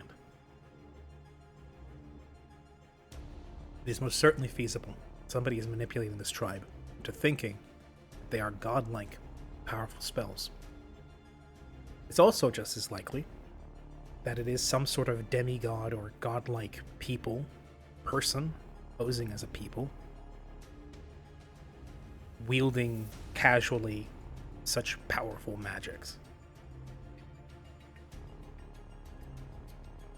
As having magic that powerful is not something to turn your nose up at. That's, whether demigod or mortal, having magic that powerful is still a massive threat, and no one could blame a culture or a tribe like this for being scared shitless of something that impressive. As it's also been evidenced in the magic items that the troglodytes have been showing here and there. That pebble that the Beastmaster had, not something that a tribe of this level of technology would be able to create, let alone use so casually.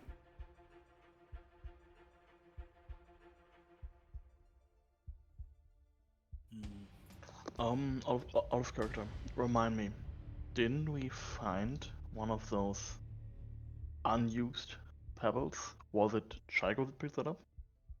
Yeah. There was a couple. One there was the were. one that Mallory picked up, that Schultz found. Mm-hmm. When he charged it with light magic, and threw it at the wyvern, it then zoomed off northward. And there was the other one that Chico found in the roots of the dryad tree. That one was supposedly one that enabled wood stride,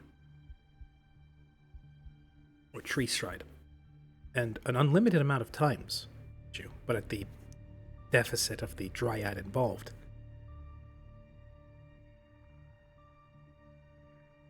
And you're fairly certain that a tribe of this level would not be able to make something like that. So clearly, whoever made that was not from this tribe. May have been one of these white gods.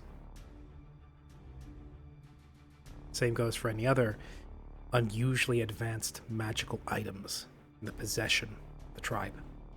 Soul things, as Raya put it. It's very clearly becoming... It's very clearly... God damn it. Okay.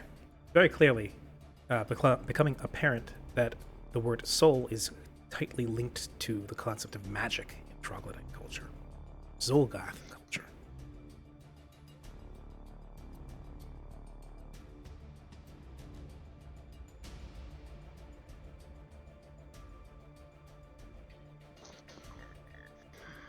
You may, if you wish, try to follow this up with a planar religion check. Absolutely. Yeah, I can't help with those. That's all you. That's so good. Just a moment. Let me go over my traits really quick.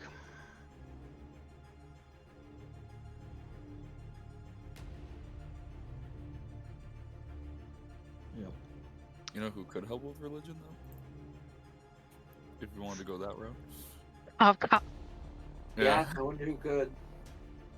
Would you like to assist Mallory? I don't think I can understand what's going on. If No, the truth I makes could. me But people can I was sit- gonna. pe- I was gonna lean over and kind of go, Mallory. You ever heard of any white gods? And they'll kind of give a rundown of what's kind of been transpiring this whole time. Well, I'm gonna try and remember if I remember any white gods from either the list, a quote-unquote list of known gods or heresies. In that case, who wants to take over and who wants to assist? Tell you what, let me do the religion check, like mainly. Okay. But do roll to assist. All right. Consult with me. Ah, well, Thankfully. Does that still go through since the 10? Yes, because crit fails. Yeah, don't- it doesn't matter. Crit fails You don't can happen with always skills. help. When it comes to skills, it always comes down to the number, not the ones or 20s. I Oh. took a 10. All right. Would you like to roll that religion check now? Alright. There we go. Oh, That's a 30. 31 again. Mallory. Some of the description there is similar to what you remember from your teachings. Whether it's about the celestials that obey the Lady of Light, or the Lady of Light herself, who is depicted as a woman of radiant beauty, carrying a flaming, shining sword, dressed in gossamer, reflective robes. She is the mistress of the sun, the moon, and the stars. She is celestial strength and fire embodied. But she doesn't come down. She doesn't tread the mortal one. That's the job of the Celestials. They are her intermediaries. But the idea of a Lady of Light, one of their Celestials, intervening and coming down and manipulating a Troglodyte tribe to attack even the heretical people of the Mordani Confederacy. Although at least by the Aerodyne Empire, they are tacitly allowed to operate, or tacitly tolerated. Can't exactly do much about it. But where the Caspon theocracy once regarded the Mordani as pretty heretical, seeing as they primarily worship the Sleeper in Shadow and not the Lady of Light. Might be a motive there, but to your knowledge, the Celestials have better things to do than hang around and manipulate a bunch of cave-dwelling reptiles. Might be creatures of other mythologies, other spirits, other Celestials, or even the messengers of other gods, ones less righteous. Could have an influence, or could be present, but the likelihood just isn't there. The motive isn't there. You and Vark both don't really think that there's any sort of divine intervention happening here, unless this is some sort of god, native, or gods, or celestials, or something, native to this area of the world that have gone completely under the radar for however long. All signs point to the fact that if this is a god, or gods, they're not gods you know.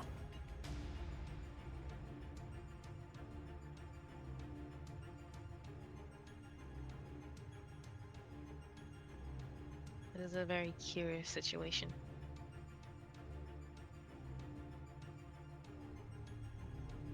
Okay. I'd very much like to meet these white gods myself.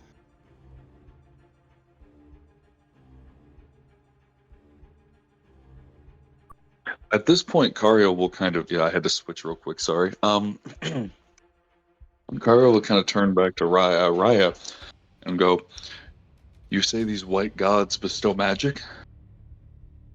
Soul Or thing- power?" Soul things and power, yes. Mallory, can you show him the stone? I threw the stone and it flew away. Right. The other one is currently with Chico. Double fuck. Yeah. Hee In little pebbles and rocks. Yes.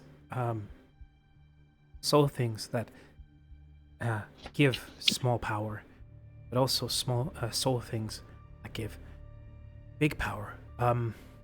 He points to the door for the Soul Father and says, "A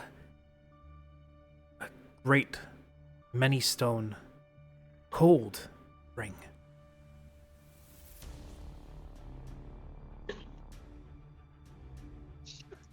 He cut out a little bit for me there, Ram. What did you say? Said, he points to the door for the Soul Father and says, "There, they give great stone.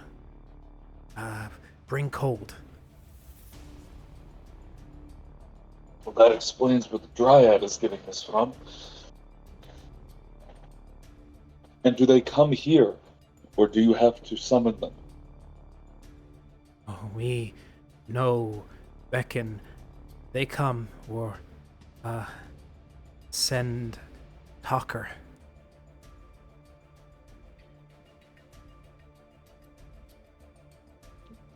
And do you know when they come? He shakes his head.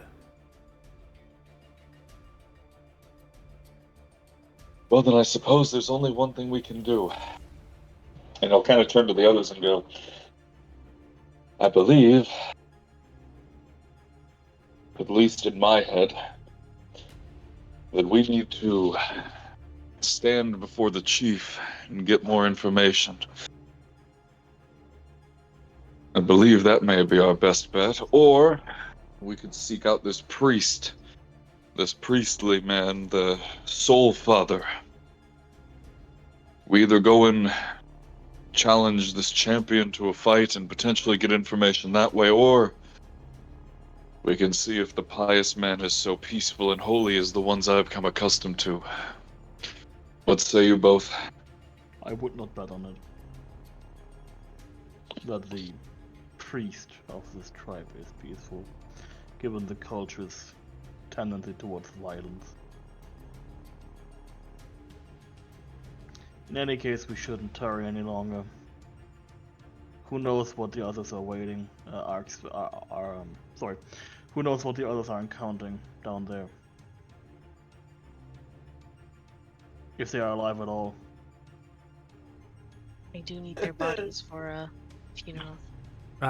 Cam, as for how hard she threw it into the face of a wyvern, hoping that the light would somehow repel it or trigger some sort of light sensitivity, and then some sort of residual spell or charge in it sent it rocketing off in the direction of north.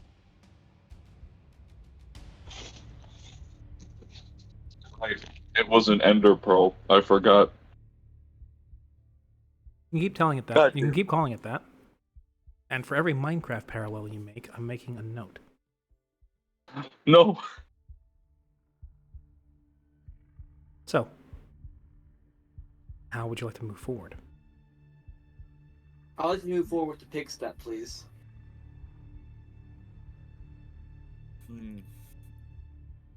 Well, we're faced with two options.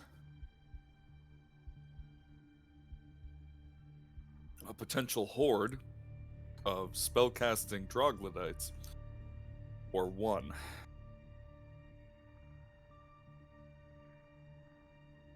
Well, my vote is on the 1.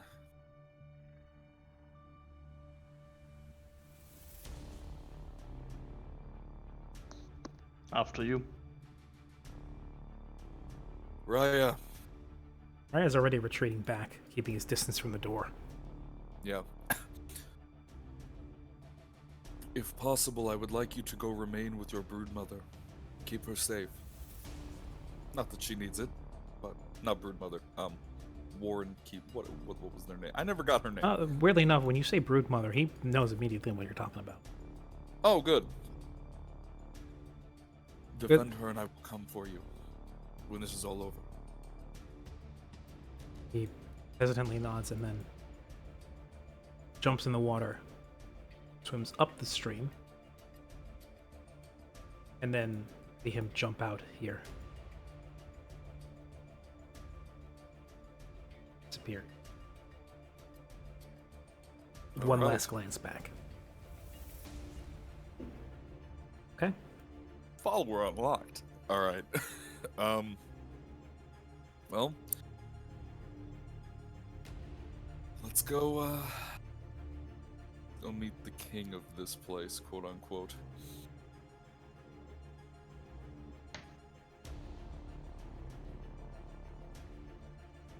Flick will have your back.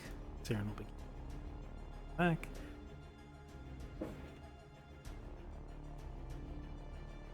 To point out, by the way, while all this is happening, none of these are the fathers and their soul fathers. Like, what's all this racket going out there?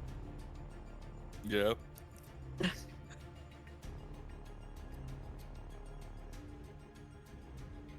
All right. Hopefully this can help get our friends out of immediate death. Though I don't know if they actually found a way out of there. There has to be a way down there. Yeah, we found it. The waterfall. Well, yeah, but you know, they have to have another way down. They can't just jump and almost kill themselves every time.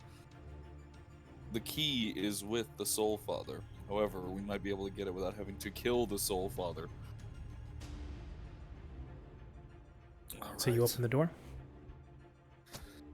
Yeah, I'll have picked up my spear at this point, and I'll keep it at my side. I'll kind of use it almost as like a walking stick. Before I go in, though, I am filling my spear with the other poison. You're taking a minute to do that. Yeah. So this is another dose of blue Winnis, or is it something else? No, this is the bloodleaf residue. I see. Okay. Pretty sure I know what we're gonna have to do here. All right. And once that's all filled, I'll turn to Vair and kind of give him a, you ready? You'll give a slow nod. I will also cast hedging weapons just in case. Okay. Oh, good. As two And luminescent long swords appear next to you. Wait, Very two? good. Wait, no, I get actually, two? you're not at that level yet. That's next level. I get 2! Damn it! One of Very them sorry. fades That out. is next level. Well, hey, maybe if we finish Yes, this, yeah. who knows? As a luminescent blazing longsword appears next to Mallory, floats just within reach. Awesome. Wonderful. And Kara will place a hand on the door and push it open and begin marching in. All right. And as you open the door, immediately there are 2 spears to your neck. Off to a great start. Of course. I won't attack. The spears keep to your neck, as you see the small troglodytes with their spears at the ready, halting your passage. And then there is a booming, "Let them pass!" And then they stand to the side. You see a bundle of hay with what looks to be like scale sheddings and droppings and leavings. Obviously the bed that the basilisk used to sleep in. I see. We will slowly begin our march in. I don't see any other pathways around here, though, so... Actually, just a second, as you will finally move in.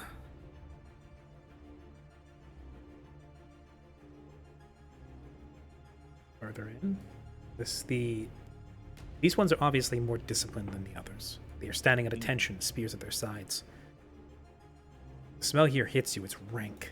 It is concentrated. Stand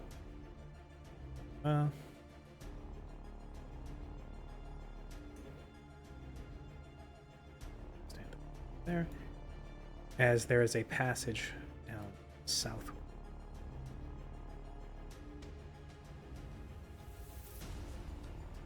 As you see what looks to be smaller, more small troglodytes.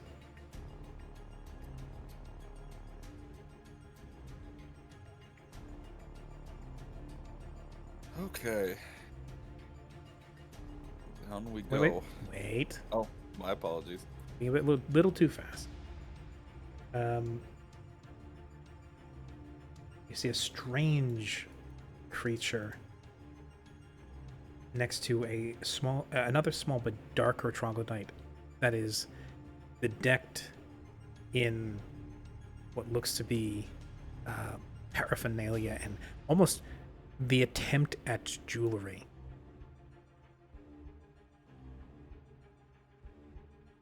Oh, hey. Kneeling in supplication to a much larger one. Crouched next to him is a duck-billed rat-like creature.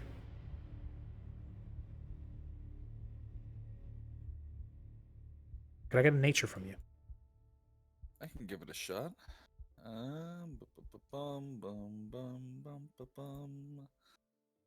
16. 16. You've heard of these things a little bit. They tend to stick to colder areas. Semi-aquatic. They've got toothed duckbills and rat-like bodies. These are known as barracks. They are six-legged type of vermin that are known to hunt in packs. I like the model here, Quest. Thank you. I zoomed in really close, like, I see. That makes sense. It is a rat duck. Oh no, Rats, Mary. rats. He is the rat. Mary, what has Shao Tucker done to you? It's okay. And as you step forward further, now getting a better look, you see that this little nook here looks to be something almost like a throne room.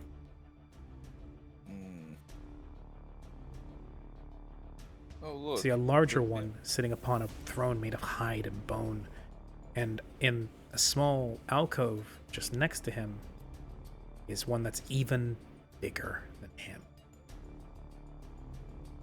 Dark-scaled, menacing, covered in some sort of armor, wielding a large glaive of some sort. See, standing next to him is this charming fellow. Anybody that's played Octopath Traveler will recognize this one. I was about to say that does look familiar. Yep. And then I flinched. sat upon the throne this interesting lad, I see. wielding a large stone club with javelins stabbed into the ground next to him. The priestly figure that was previously groveling and speaking to him looks around towards you, back to his chief, and then steps aside, once more coming to a knee. As the chieftain looks down at you expectantly,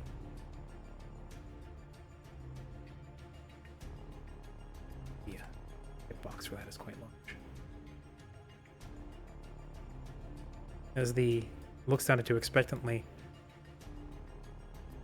thumbing the haft of his stone club sat next to him, looks down at you, says,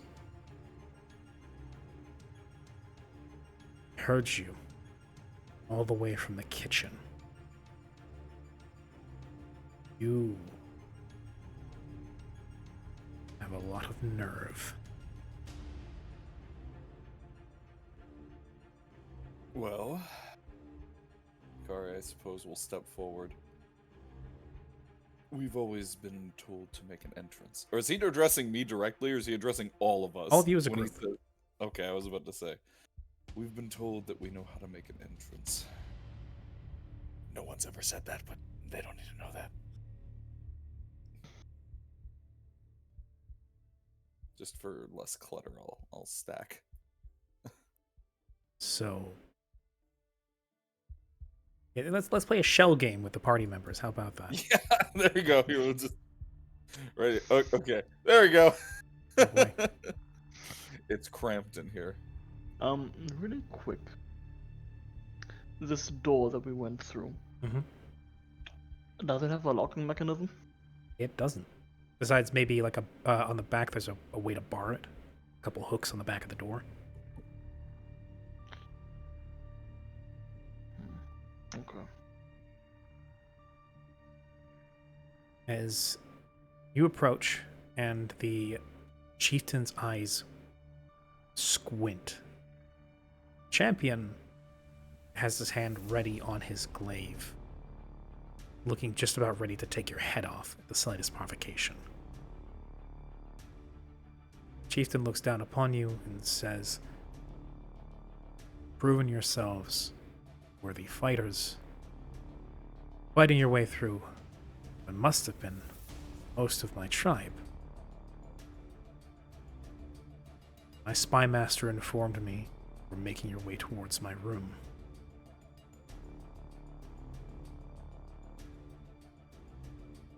Puzzles me is that you spared. Not only did you do that, you attempted to convince him to turn against the tribe. Speaking of fighting the alabaster gods that have walked the soil and come to speak with us, saying that somehow you may oppose them. Now that is interesting."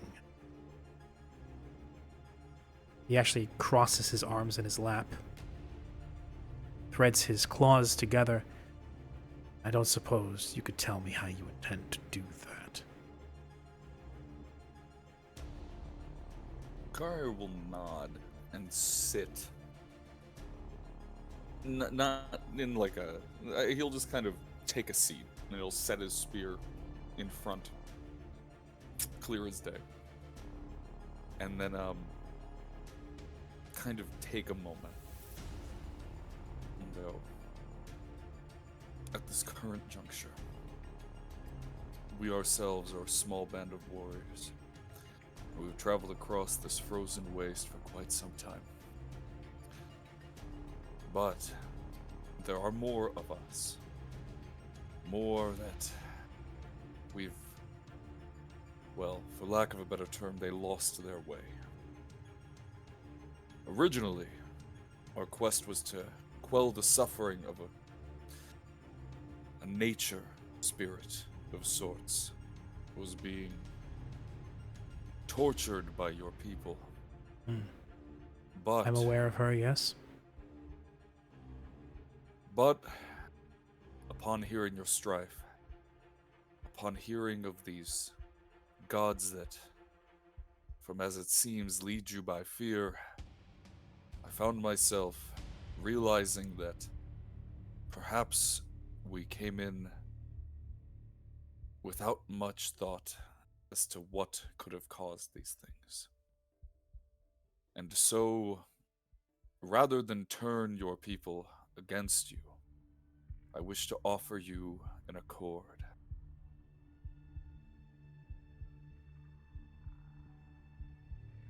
I wish to offer you an accord. He considers that. You do have a lot of nerve. Extending pity to us. When you Not yourself... No, do not try to. You speak of us with pity and with cheap sympathy. Fear is the tool by which the tyrant leads. And blood is the water that the conqueror uses to sow what he wishes to reap. You have proven that very well. You've shown your mark as a conqueror when you did as if you should. We besieged your lands, attack your people, and you responded in kind.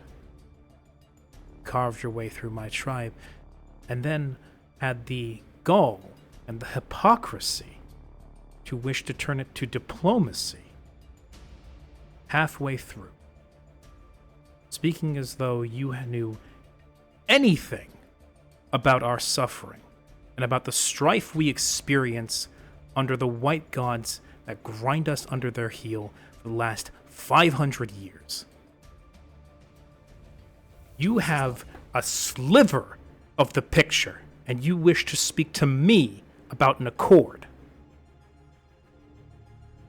I almost wish you'd carried on, just simply killing and carving. At least then we would have had a point of sympathy and understanding. You cannot be a murderer and a hero at the same time. Choose your path and stick to it. Because right now, all I see is another murderer, not unlike my children, sitting in the presence of a king as though he were his equal. Do not speak to me as if I should show you any measure of respect or understanding or equality. Because to me, all I see is a whelp sitting within reaching distance of my champion, ready to have his neck snapped the next time he speaks a word that angers me.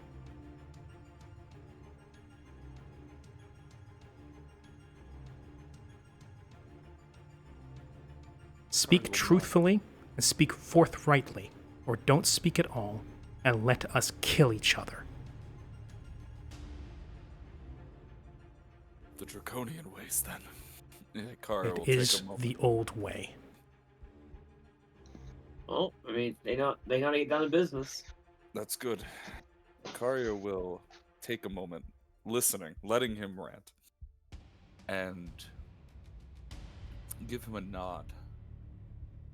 Stand slowly to his feet and grab his spear. Not in a threatening way, but just kind of standing it on the ground beside him. Then I will tell you of my ambition. If I will speak plainly, no fancied words. For too long I have been away from my kin, distant as you may be. Perhaps I have forgotten how we handle things. Interesting that you should use that word, given you bear the same mark as the monster we keep in the bottom. I smell the filth on you and your pet over there. Do not think I'm mistaken. While I will accept your words, I will not accept your insults to my kin. But that is far beyond what I need right now. I came to this land under false pretenses of the contract that I signed. Though I was originally sent to hunt a simple man, I was not here for that goal alone. I came to these blasted, frozen lands, seeking for our ancestral home. The legends, the myths, whatever they may be. And even if they weren't real, I came here to establish a nation.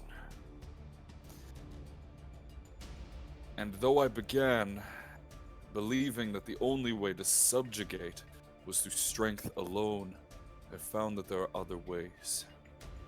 However, from what I've seen, it appears as though that is how you and your people have lived. And for that, I cannot blame you. There are a few other ways to live so far frigid, inhospitable lands. But you know this, acknowledge it.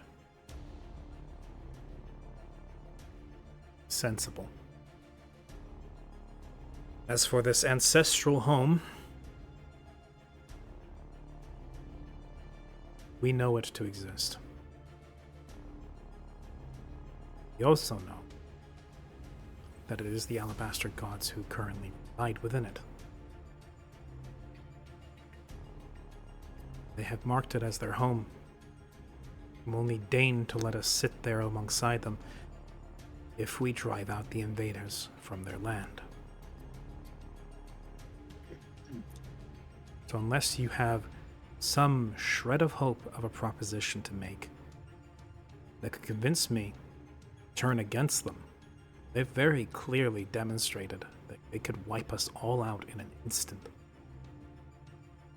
then I would have to I'd be forced to take my chances with them. As I stand here, you are a strong fighter, but you are no match for them. I did not expect to be alone. Perhaps at first, but no longer. Perhaps not alone. Nor do I believe that it would take your tribe alone. But I doubt that there aren't more of you.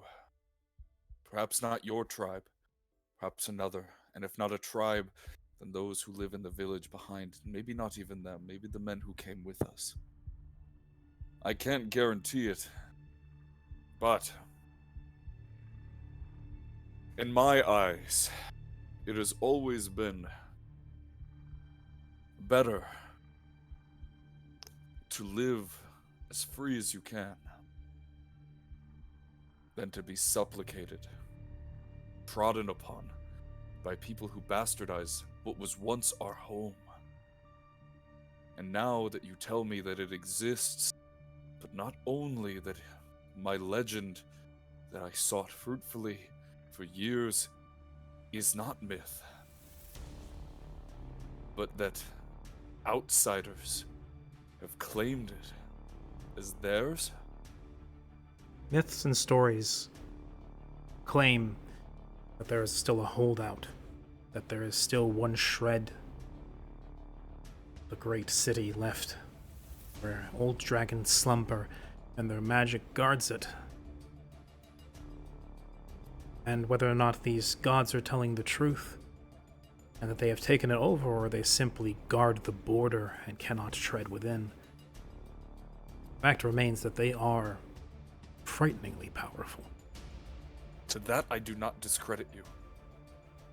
In fact, I can't even deny the truth that they may be more powerful than me as of right now. Alone. But however many centuries may pass, that you and your people have been subjugated by theirs, I don't believe that they will uphold their end of the deal. Are correct. And while I have no other expectations myself. But until now, I have never had any other options. It was fight for them, or die to them. then perhaps together we may find a third. Even if it is but a chance.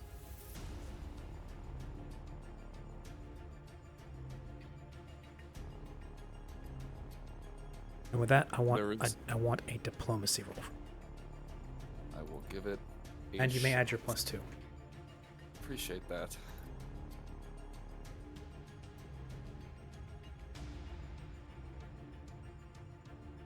Oop, I totally clicked and closed it. Alright.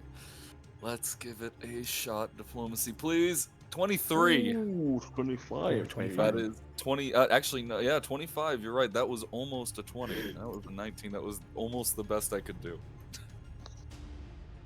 The chieftain rests on his armrest and considers.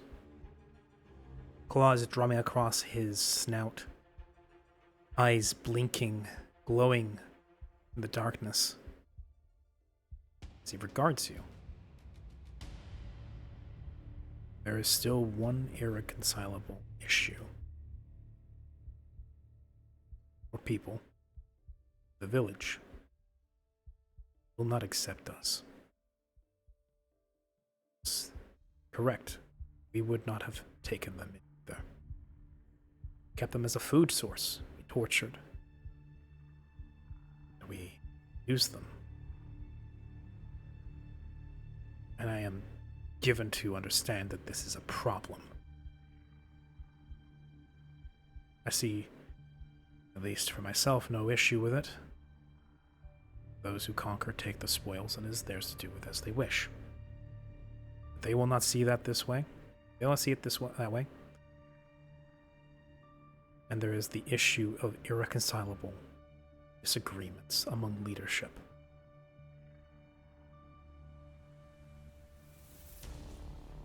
You wish to turn the tribe in this direction. My people will not accept it. The priests, holy men, will not accept it. Your village will not accept it. But if you should succeed forward, that will be your problem to solve, not mine. If you wish to take this tribe in a new direction and actually have it follow you, you will need to wrest the leadership from my hands the old-fashioned way.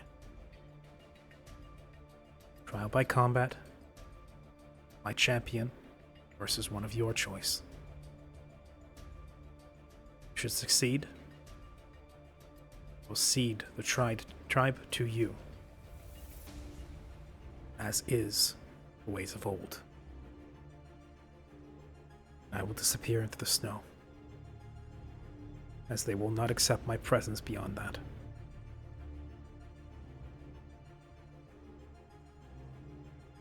Do you accept these terms?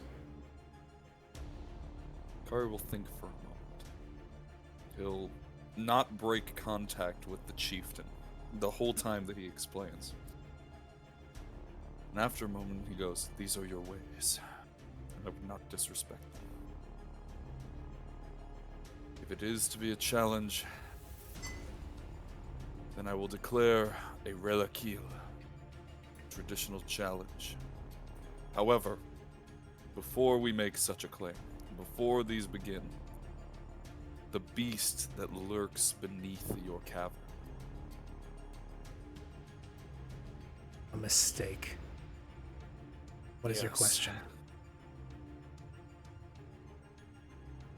Companions of ours who would join in this quest against these gods, they had fallen below. Is there any way down that we may retrieve them? They fought honorably. There is passage through the prisoners' quarters that requires a key held by my high priest. Wish to have access to that key to be chieftain. Then Relakil it is. I accept. Well, he will nod to the larger troglodyte bearing his glaive. And he will then stand, moving to here. Witness and says, "Clear out the passage. Make room for the combatants." Troglodytes All right, Varg. file out of the way. What's it called? I would love if, this is, I'm gonna real quick. I would love it if Kari decided to send in Flick. Yeah, Art Flick. All you, buddy. We're just Rami technically. But before we do all this, should we jump back to the passage below? Because I'd hate to leave them with out. time, 1 second. Okay. As the big guy himself walk in, glaive at the ready, in one hand and shield in the other, as he prepares to face you. And that's when we will switch their screen. yeah, right. You know, just take it. It's- You don't want to deal with this creature. The three of you have been laying here for a good bit. Hollow, your wound has had a chance to staunch, if not heal. Though you feel a slight fever beginning to come on. Probably a probably a response of the injury or whatever was in that water. And you are alive. One thing. Sure am. Roscoe he'll keep quiet for the most part. He's almost motionless throughout the entire thing. There's a couple times perhaps where you thought he may just carked it. But every once in a while he will reposition himself or change where his positioning with his impromptu cane. Well, I don't hear anything from above. Priest hasn't come through, so I'm not sure about your friends. Well, fine. Well, I haven't known them long, truthfully, but from what I can gather, they're doing something.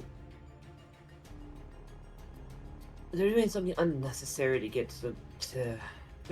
They're taking their time doing the wrong things, forgetting, perchance, where we are. Maybe getting sidetracked. They do that quite Doesn't well. sound like very good friends.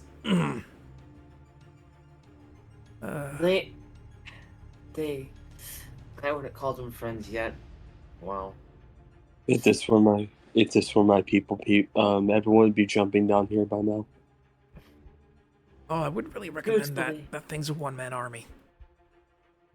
Yeah, truthfully, we all came here together, yes, but before we even got to this frigid wasteland, we knew none of each other.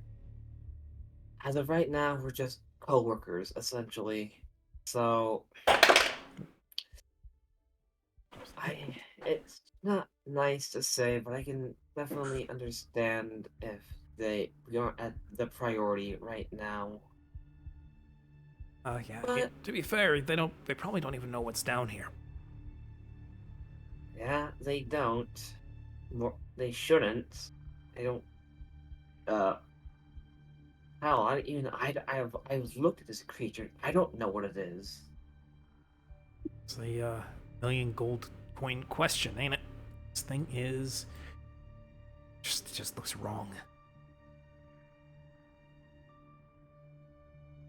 I'm gonna slowly drag his way over here, and then we'll point off in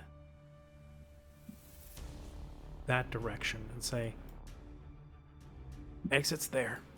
And if at some point it takes too long, we don't think they're going to come for us. I can distract the thing, hopefully, just for a moment. You two can make a break for it. Do we know that he has a daughter? Do we? Mallory we met does. her. We met her. Mallory met her. Yeah.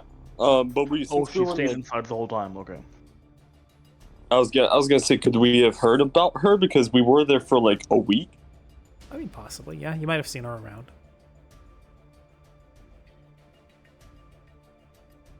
I appreciate.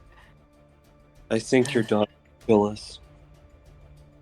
Yeah. Oh, yeah, if she doesn't kill me first. I appreciate. I Miss her. really do appreciate the concern. We're safe right now. Admittedly, I don't know how long you've been down here, but we have time to think. We have time to see how things turn out. Like I said, I don't know how long you've been here, so I don't know how much room I have to say this. How long has it been? It's been Let's not be hasty. a lot of. Not very easy to keep track of time down here. I had to guess by the amount of times I've passed out and slept.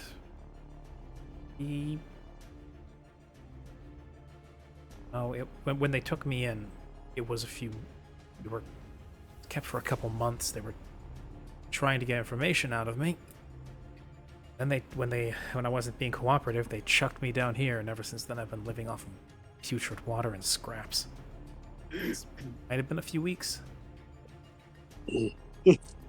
Well,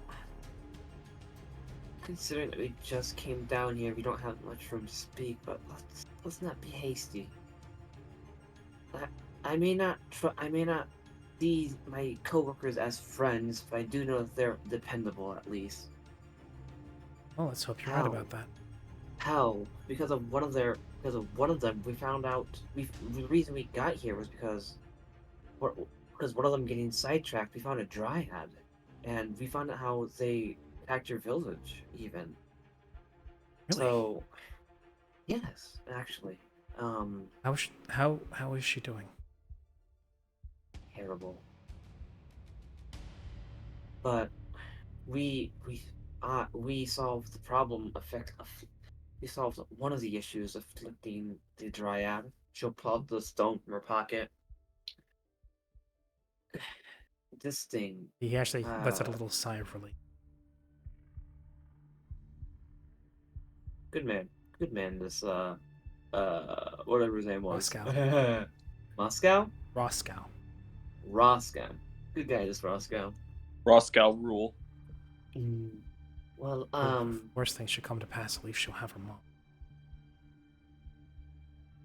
Don't say that. Don't. The dryad, we took care of her. We helped her as much as we could. These troglodytes, was it? They can't attack the village as easily because we took the stone. So by all accounts, it was a tree stride spell. So they have to travel there by foot. So who knows how long that'll take them. That'll at least give them a Hopefully- chance to get ready. Even before we left, we told them all, so they're already ready. So. You guys are lifesavers. So, we've done what we could. We've... yeah.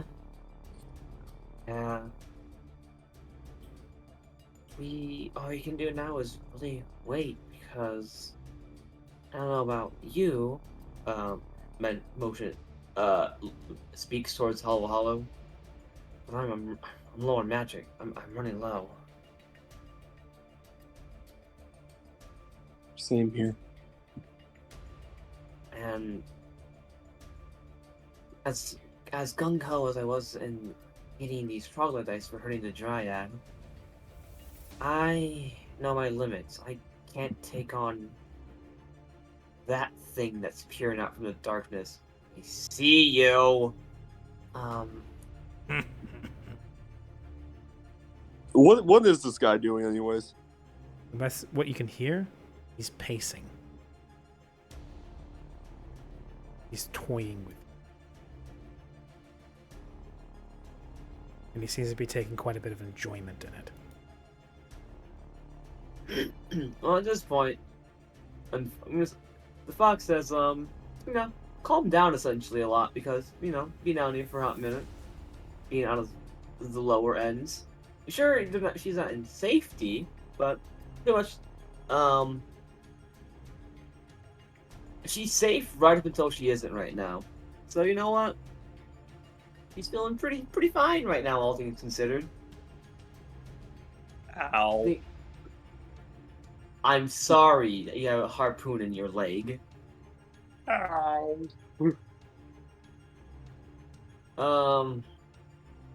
What spells do I have? I don't think I can even do anything. Let's see real quick. And that's Can I mend his leg? No, I'm kidding. Actually, just for shits and giggles, essentially, can I just cast Detect Magic cantrip just to see if there's anything magical here, essentially? What's the range on that? I don't know. What is the range? 60 feet. 60 feet? 60-foot cone? What direction are you Just shining kind it of- in? I guess just since I see no turns actually being had, and it's a cantrip, just kind of waving my finger around. Yeah, any direction I can, essentially.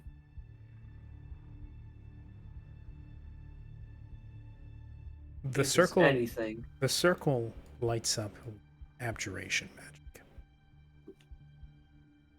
Obviously, obviously, whatever they are It's using. divination, actually. Hmm? It's divination. No, the circle, as in the Oh. spell circle here, is abjuration magic. Because the detect magic allows you to tell what school it is. It's What is divination? abjuration magic, which is obviously what's shutting it in place there and keeping it spawned. Yeah, protection spells, essentially. Yeah. Occasionally, you'll see a blip or two of magic in the water. Sometimes collected around those sinkholes, because there's more than one, what you can hear. But beyond that, there's not a lot of magic here.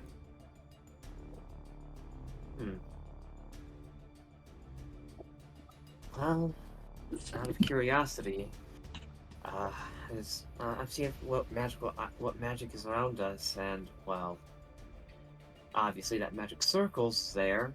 It's abjuration, by the way. Hollow. No. Something Joking. to note while we're down here. When the situation's better, or maybe another trip, maybe. Those sinkholes that have bones around them. There's a very vague magic sense coming from them. Due to all the magic bones and remains, presumably there might be some magical items or two. I'm gonna look at Moscow. Is there any deadly creatures in the water? The only deadly thing in here is that creature. But it likes the water. It moves very quickly in it. Please. We'll turn to Hollow. Not now, when you're better, please. You saved my life. I'm not gonna let you through I'm your better I'm as best as I'm gonna be. Anyways. Can you get over to that sinkhole over there, or is it still restricted? What, the creature? Can it get there?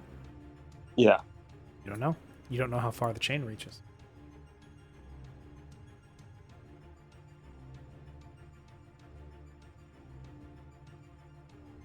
Can I see the magic chain from here? Can I see the magic chain? A portion of it is visible, but the rest stretches off into the dark. Can I see what kind of magic is holding it down? Yeah, From this abjuration. distance? Well, can I see anything more specific? Oh. Was maybe a spellcraft check? I mean, you could, potentially.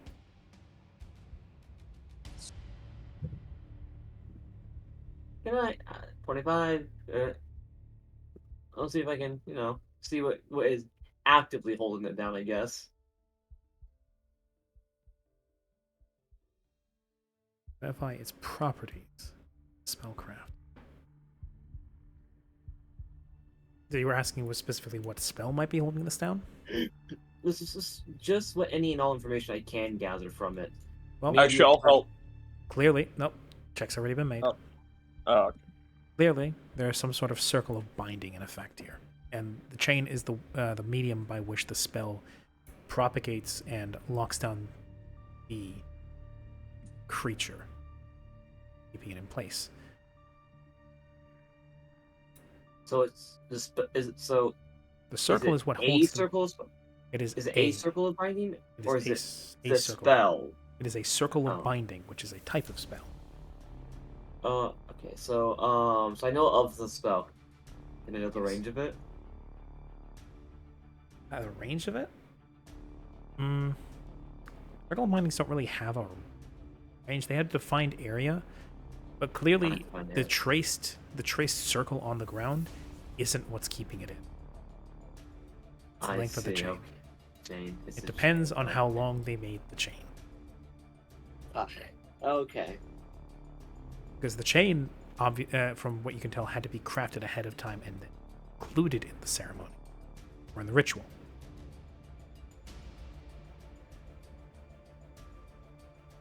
Hollow, I really don't recommend you go to those little sinkholes right now. You don't know how far that thing can reach. Can I essentially cast Dancing Lights again and have him move closer to this guy? Yeah, because it was around that point, but actually it would have been a while ago. You would have to keep refreshing Dancing Lights, and you can only have one instance of Dancing Lights going at one time. Mm-hmm. Is it a cantrip or is it a? It is a cantrip. You can only cast Okay. it one at a time, though. Specifically, it's in the spell text. Yeah. Let's see. 30 feet.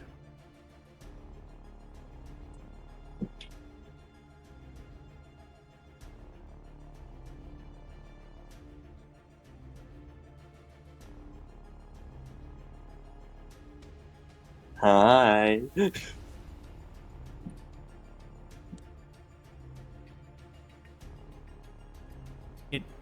It becomes illuminated. It's albino, sickly, slimy skin reflecting the light from your dancing lights.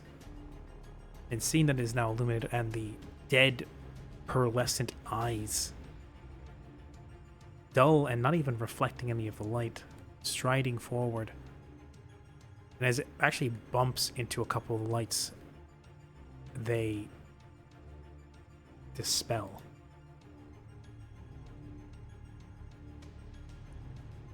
But to see me so badly, you needed only ask.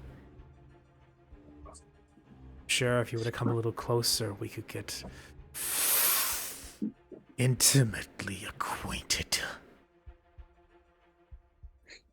Mm-mm. No. Why don't we have lunch? If I'm not on the menu, if I'm not on the menu, sure. It's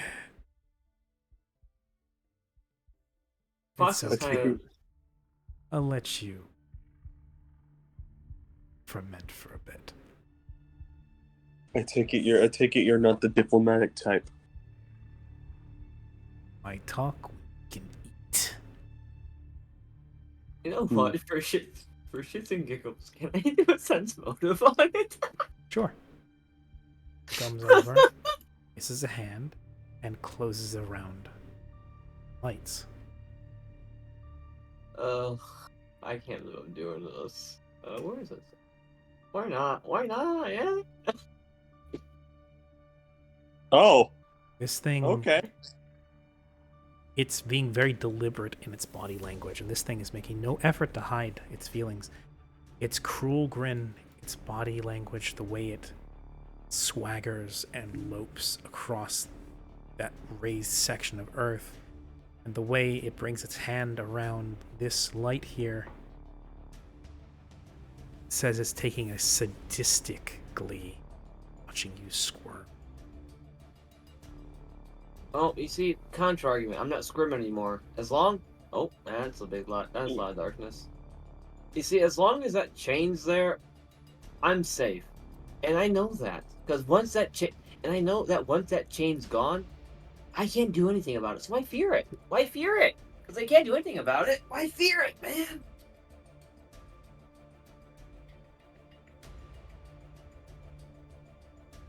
Just summons the lights again just to piss it off. I'm not going to, but technically speaking, I do have a crossbow and I have lots of bolts. Are you telling me we're gonna cheese the boss? Joking. I don't think we should and or could. This is out of character. I'm not saying this in person. Technically speaking, by all accounts, I should be able to.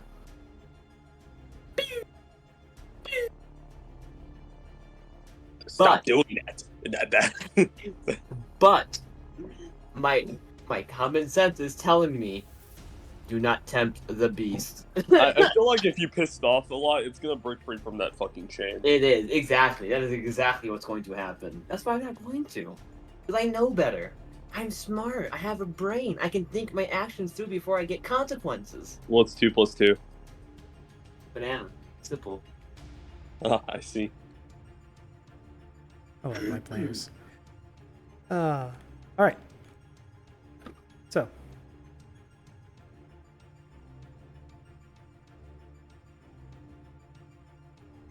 You guys actually, hold on. One last Okay. thing before.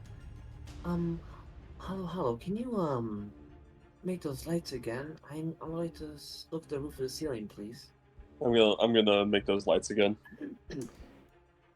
Okay. Conveniently above its head.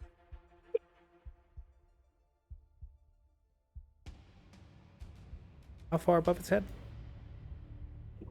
Far enough to where it couldn't grasp. It would be hard for it to grasp. Well, The grass. at least, let's say, because it has a reach. You would have to do it at least 15 feet above it. If the cavern's that tall enough, I guess. Yeah, It would be. I'll do that then. You just wouldn't illuminate too much. Since it is only a 30-foot aura. Yeah, because in the fact that I just want to, see the ceiling.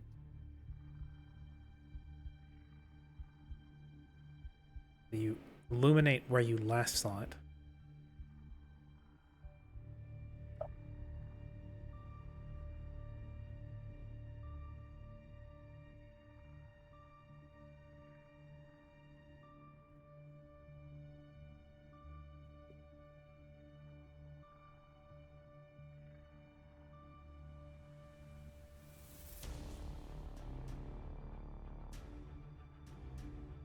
That's what you're able to see.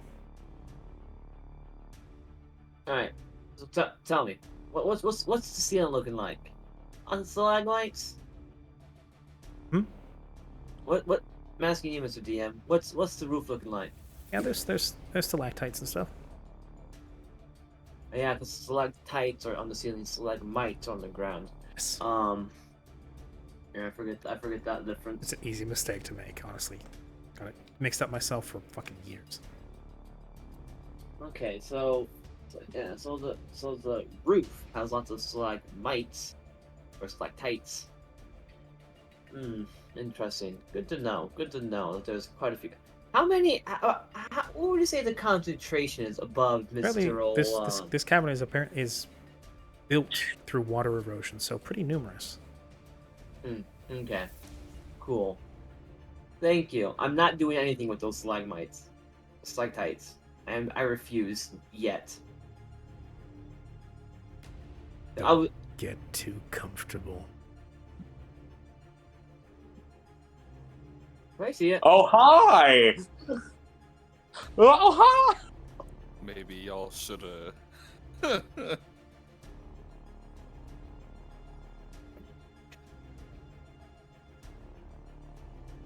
As it recedes back into the black, it gives a parting whisper of, "It gets too tender if there's too much tannin." Can you repeat that? I didn't hear that.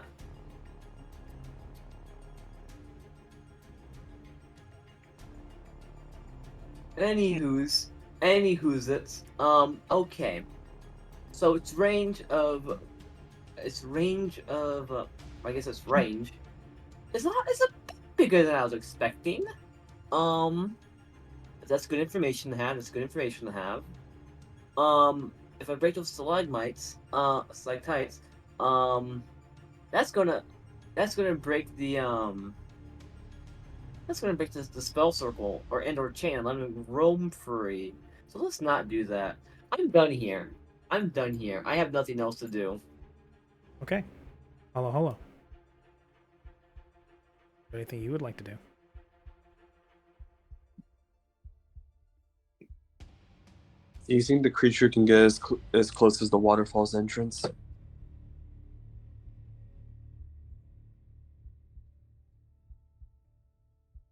Just saying that to the hobgoblin, if he knows. I know that the priest has to ward it back. It can reach close to it, But it can't get to it. not out it. It was gonna alarm there. Apparently, their thing broke free once and tripped some sort of alarm that set off the whole freaking tribe. It was back when I was still up there with the rest of the prisoners, which is a close call because it exits right out into the prisoner area.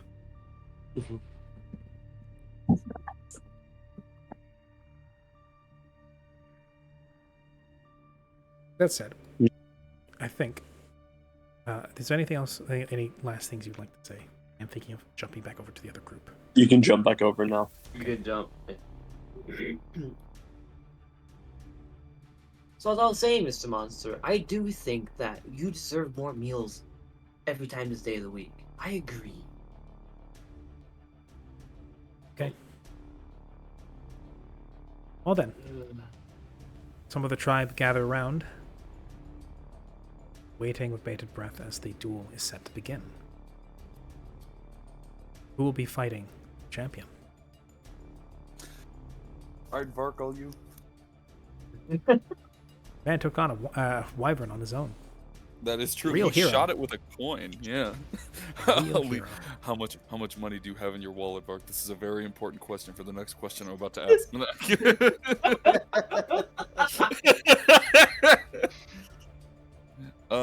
Either his wallet breaks or he does. That's fair. What comes first, death or finance? Well, Death or finance. taxes, 500. both are certainties. Death or poverty. Yeah. Death and taxes, baby. 500 gold coins later. But what it looks like to me is that Vair is the one squaring up to fight it. No. Karia would be, but Karia was going to petition that since I was going to actually have a thing with them doing it together, and here's why. No. Yeah, Karia would step forward and go, since I am the one that made the claim, it feels only right that we step forward. However, I would ask to fight beside my brother as we are soul bound. If I were to die, he would also. And to put my life on the line is to put his. Would you permit this? Chieftain scoffs and says, "And you have all the reason to try and survive. This is one-on-one combat, soul-bound or not. You are not ready to fight the champion one-on-one. You should not have made the claim." Oh, I was prepared. Simply confirming. Yes, send Vair to do it. That would not be good. Alright, just judging and sizing this guy up. Let's see. Before we actually get into it, is there any checks I can make? I remember that there's If you want to get a measure of his strength, that's sense motive. That's what I thought. Yeah, it was sense motive to get like one of his stats or something. Sure. Oh, a 10, but I'm not trained, so. Well, with sense motive, it doesn't require training. That one's a more Okay. instinctual skill, but it's only a 10. As such, Yeah. you don't get a lot from him besides the fact he's big, he's mean, he's muscly, and he's dressed in a lot more than the other troglodytes are. This guy is better kitted out. He's got what looks to be a large glaive hewn from bone and stone, and it's his armor is a little thicker than the rest, or the fact that he wears armor at all. And he carries himself with grim confidence. Yup. I like to get myself into messes. I have a Well, potion left, huh? Don't I? Ben? I said I do have a bull strength potion left, huh? Chug that. I may as well.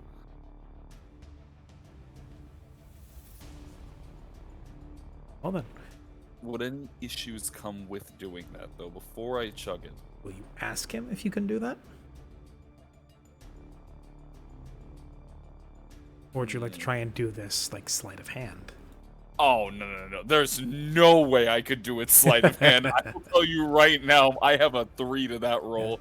Like, Do you wish to see whether or not he approves of you using a potion? yeah, I mean, if I stand there and hoist it up, is there going to be any issue?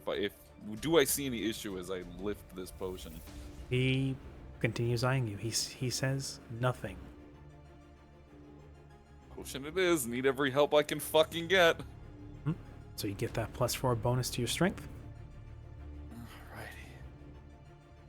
Alrighty. Muscle stance just a little bit. Get a little taller. Stand a little taller. I'll do a quick little flourish with my spear, and I'll turn to Vair just one time and go, my brother. We'll make it through this. Today is the day you prove whether you are king. And it shall be so. Yeah, I was about to say everybody just kind of shuffles. Like, Yeah, no, they're just trying to make room. Because there's gonna be some big weapons swinging here in a second. that is true. I was actually going to mention, I'm surprised we're in here and not out here. But I get it. It's where he can witness you. That's true, that's true. Yes, as he stands leaning against the wall and declares, "Begin." And I would like initiative. Alrighty, here we go. This feels oddly reminiscent of when we were near water, on water. Yes, with Captain Redmayne. Yeah, it does. Redmayne. Oh, yeah, it does. Fuck! God damn it, you're right. Alright, yo, It's you the know... exact same. Alright, no, you know what to do. Alright, here we go. If it seems like we're always- losing, we jump him. Yeah, I'm actually struggling here because I always have trouble finding initiative. It's the hardest thing. Should be at the for me top to of your find. sheet. Top of my sheet, top of my sheet. Oh, there it is. Yay, you found it.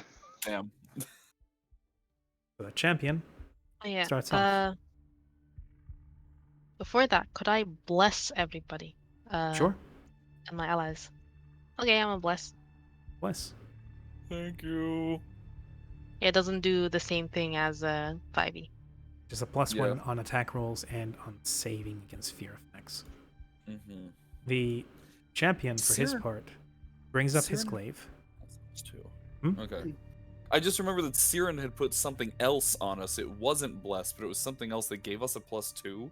And I don't remember what it was, but I know that it's still in effect on my sheet. Well, it's not in effect on my sheet, but I wrote it down. What was it? A Oh. +2 to attack. Temporary attack. Right, it was just but I'm not sure where that's coming from. I just made like a mental note for myself that I was getting a +2 to my attack because of that. Mm.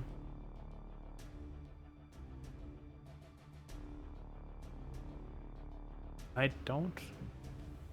I'm not sure either. It was a while ago. I get the feeling that it's probably worn off by now. I know she hit people with bless. There's some other bonus that people got, but I can't remember what. Mm-hmm. But regardless. Oh wait, I forgot. No, I forgot. No, that's not it. Remember how Siren had the issues of trying to jump those streams? Yes. Remember that wind blast she hit the big one with when she first dropped down? Yes. If she had kept her wind, she would have had an extra 5 feet to any jump she makes. Oh god damn it, Siren. Good to know. Good to know. Easy thing to forget. So anyway, Surprise. the champion brings his glaive down in front of him, plants the butt into the dirt, makes a prayer in something sibilant and hissing, and then you see his eyes grow a little fiercer, a little more out, a little not quite focused on you. The grip on his glaive tightens, his teeth almost elongate as his lips retract back in a snarl. He takes his glaive and he readies it.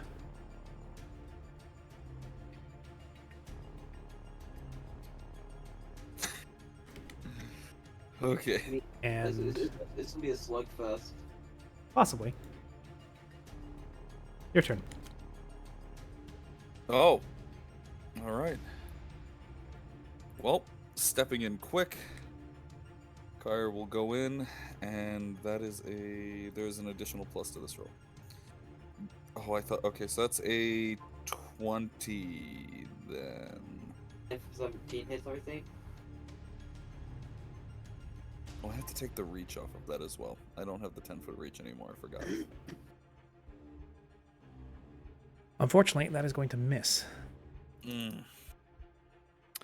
Yeah, this is when all my nice rolls that have come in clutch are gonna go away because I can't roll. All right, that's well, that's my turn then.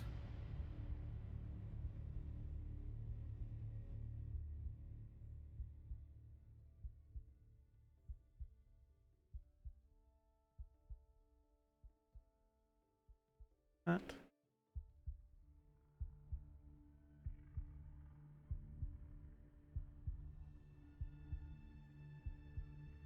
Okay. As he hefts his glaive, swings for the fences. As he lets out a roar,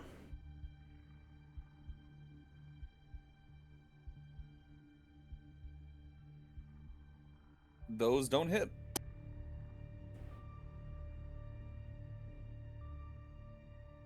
what is your AC currently? 23.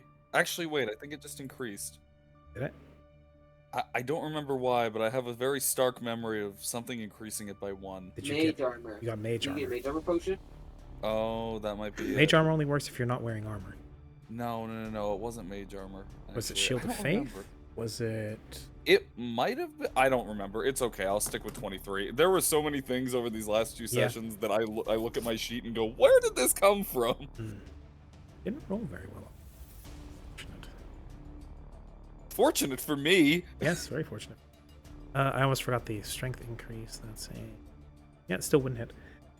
As the champion takes 2 swipes that then whiff you. Your turn again. Weave, power attack, weave. Ah, fuck me! Damn it! Miss. As it sidesteps the...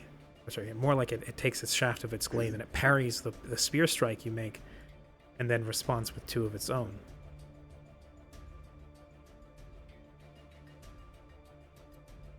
Well, those will hit, and actually, that'll pretty much fucking kill me. Oh boy. Yeah, this thing's angry. And I also need you to make me a fortitude save. Oh.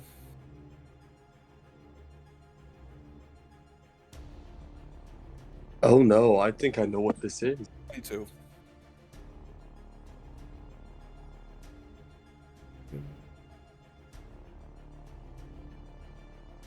Um,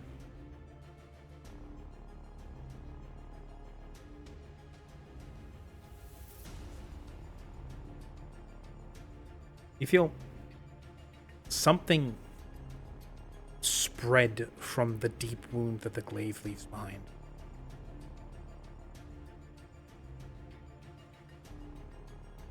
Not the magic feels familiar. And can you give me a knowledge arcana Yeah, I can give it to a see shot. exactly how it feels? I'm gonna get like a 20 on this. No, okay, of course, all my rolls are gone. 8. Very, very fortunate to have gotten that 22 on your fortitude. But for why, you don't know. The magic feels familiar, but you can't quite place it. Maybe it's all the pain that's distracting you. As you take 29 points of slashing damage. Yep. And where does that put you? 5. As the cuts are deep and bloody and brutal as you've been sliced with sharpened stone, which it itself rips more than it cuts. As the champion then slams his glaive into the floor and says, "Come on! Trying. Call yourself a king, you're pathetic!" Wait, was that a 20? Was that It's a nat 24. 20. Okay, yeah, no, it's... Okay, It was just that'll weird. hit. Wait, is that a... It's not a nat 20. It's Not looking a- weird it's- on my screen. It's a Oh. 12. I have it's a 12. Okay. I had dark mode on. That'll be 26 damage, but also an Also? additional The- 2d12, which comes, of course, I rolled 2d12? like shit. Yeah, it's 2d12 for the poison. He still needs to fort save against it. It's the initial hit. The Yeah, initial he still hit just he immediately still goes needs off. to. It's still decided whether or not he takes it by his Right, save. right. Ah, the poison is such fucking, it's so fucking hard to read. Yeah, go for it. What's the DC? It's just a 14. I doubt it's actually gonna work. Yeah, the poison you see seep from the spear tip as it hits. But if it did anything to him, it doesn't seem like it had any effect. Hey, Mallory, did you pack Shield of Faith? That'd be really nice. As the No. spear buries deep, and he goes, "Ugh, more like it." Trying! It's, I literally have to roll above a 10, it seems like, to even to land a fucking hit. And my rolls are just so awful all the time that I almost can never do it. the Troglodyte champion gets into a low stance and beckons you, says, "Come on, little wormling." As he says, Like, you're really any different from a thing in the basement. You'll show me. Stop pissing around and kill me. I'm trying. Alright. See, attempting to intimidate me, is that his action? Would that be nice? It's not attempting intimidation. 21. Miss. I know it will. Oh, I can't roll, dude. Fuck!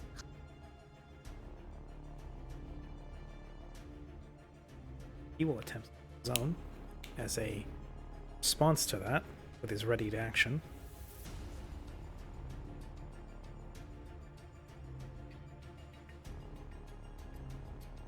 What's your combat maneuver defense? 26. He takes the glaive up as he then deflects the spear high, shoves it high, leading to you moving your grip. That then causes you to, against your will, have the spear high above your head. As he then brings the glaive around and sunders your spear. Oh, he's broken my weapon. Motherfucker. I made that! Well, Chop. I modified it. You chopped apart some sort of monster while you were out there, tried to take its power, and you tied it to a stick, insulting.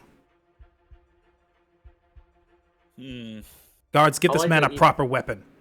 We can actually fucking fight me. I would like the phase behind them. As one of the a couple of the troglodytes go into the chief's tent and then our chief's area, come back with another stone glaive, but this one obviously is not as intricately crafted as the Yeah, it's just a basic one. yeah, it's a basic one, and then they throw it to you. I'll go ahead and catch it. Alrighty, let's If you- see what a glaive can do. Hmm? It's 1d10. 1d10 plus strength and reach and trip, I believe. Reach. That's it. Just reach. Normal glaive has reach. It is a polearm. It is a two-handed martial weapon with a d10 for medium Oh, yeah, creatures. there we and a go. 3 Okay, times I was per thinking of hit. something else. Yes, no, he brings up his glaive, twirls it, and then points it towards you and says, "Give me your best." I will or die trying. Alright, let me... d10. The chief thinks you have a chance, or else he would not have brought me. So far, a little disappointed. I was hoping for a fight. How the spy master spoke of how cleanly you cut through my kinsman. Well, all I see is a child with a sharp stick. Not only that, but a mangy one. That's where I'm getting my +2 from. Let me see. Out of curiosity, Mhm. would a 23 have hit the last attack? Because I took the immediate negative from my power attack, and that is where I was getting it because of my feat. I had a +2 to my attack. It wasn't something Siren did. The last one would have been a 22. No, with the +1 from Mallory. True. Would a 23 have hit? Yes, actually. Okay. Alright, good. I did actually hit him again. Thank God. Alright. Okay, let's give it a shot now. New die, new hit, new power. That is a 25. That will hit. Alright, and that's 26 slashing damage. I have to do a quick modification here, but reach. As you I'll have go now ahead and- brought this with a few solid stabs and now a very solid swing, you've managed to very heavily wound the champion. I fight for something more than just me. So And I am hurting. I'm hurting very bad. I suggest keep that in mind. Is it I have- possible? Hmm? Is it possible to just sit on this sideline and just intimidate? Intimidate? How about heal me? He would have Oh, to, he you would, know he, I can't he would have heal. to walk up and touch you if he wants to heal you. That is true. But also, you wish to intimidate the champion. Yes, with just a mean stare. I Right. can't speak to it. I can't say anything. Go ahead, try it. I'm gonna glare. Let me see. I think I already added everything to it. Let me add it. I'm gonna roll something out. Okay. A nat 20, 31. Oh my god. I really do not like troglodytes. That's understandable. They made me feel something. Hmm. They Unfortunate. made me feel. As you catch his his eyes as he's speaking to Karya, and you distract it for a moment, it seems to what do you call it? Just the intensity of your look. It actually takes a step back, and you feel as much as you hear a javelin slam into the stone next to your head, Mallory, as the chief claims, "Do not interfere." Do I even speak? Do I understand what No, he's saying? you don't. But it's angry and it's loud. Yeah. Obviously not happy. Ikaria will turn through gritted teeth and go, "Stay out of this!" He'll just raise his hand and sit back on this little cage. Sorry. The I'm gonna really thank you after this. Ikaria's not mad. He's just trying to make a presence. So the intimidation did succeed. Chief was not happy about it, and he's giving you one pass on that. Just one.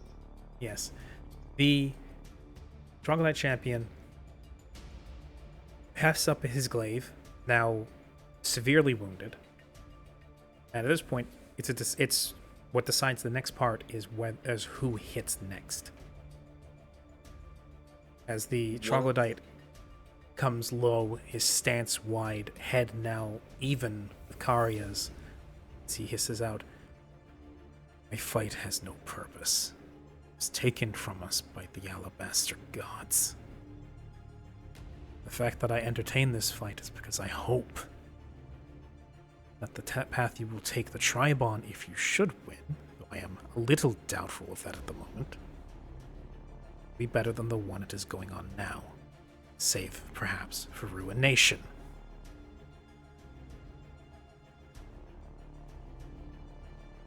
The path of champion is handed down, aspirant to aspirant. As normally, chieftainhood is claimed via conquest, and the seat of champion is earned by striking down the previous one.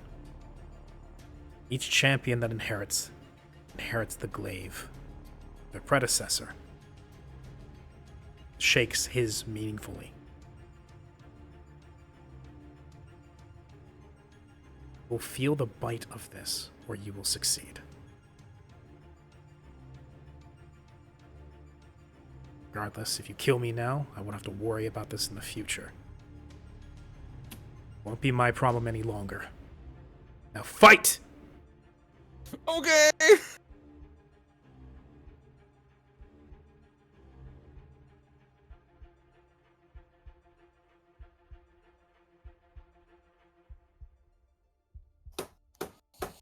as God he damn it.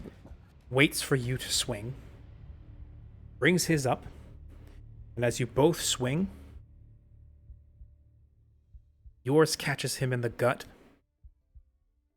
and that impact as you swing and the weight of the stone glaive pulls your head down just a bit, just below where his glaive was going to take your head off.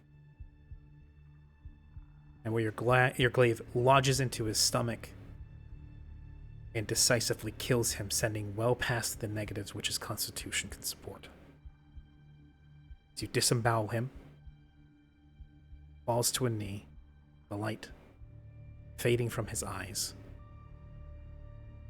And with the last bit of strength he has, or dropping down and dying, the glaive thumps into the dirt, and he, with force that must be what must have been made of whatever last vestiges of strength he had, he shoves it into your chest. Before then dropping, as you now have the massive, heavy stone glaive sort of leaning against you like a pole,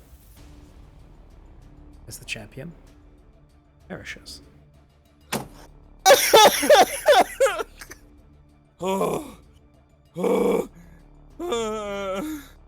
Okay. Let me compose myself because I was shitting bricks. Let me Karya, as the champion falls. Did he fall back yet? He just slumped to his side. Karya will grab him before he hits the ground. And with one arm just kind of lift his body back up. And then gently lay it down onto its back. And taking a knee beside him, he'll say, "You fought well. And you tested me well. I only ask, as you fade into darkness and slip into death, that you never forgive me." And I'll close his eyes, taking his glaive, and I'll stand over him, grabbing it, tossing the glaive that they gave me aside, taking his, planting it on the ground, and with one triumphant foot on top of him, I will scream out, "Vataka!" demanding a kneel. And finally, first time ever since entering this cave, after you've screamed that multiple times, It hasn't worked since. the kobolds, that's not the kobolds, I keep thinking of them as kobolds because they're so small. The troglodytes, save for the chieftain, all kneel.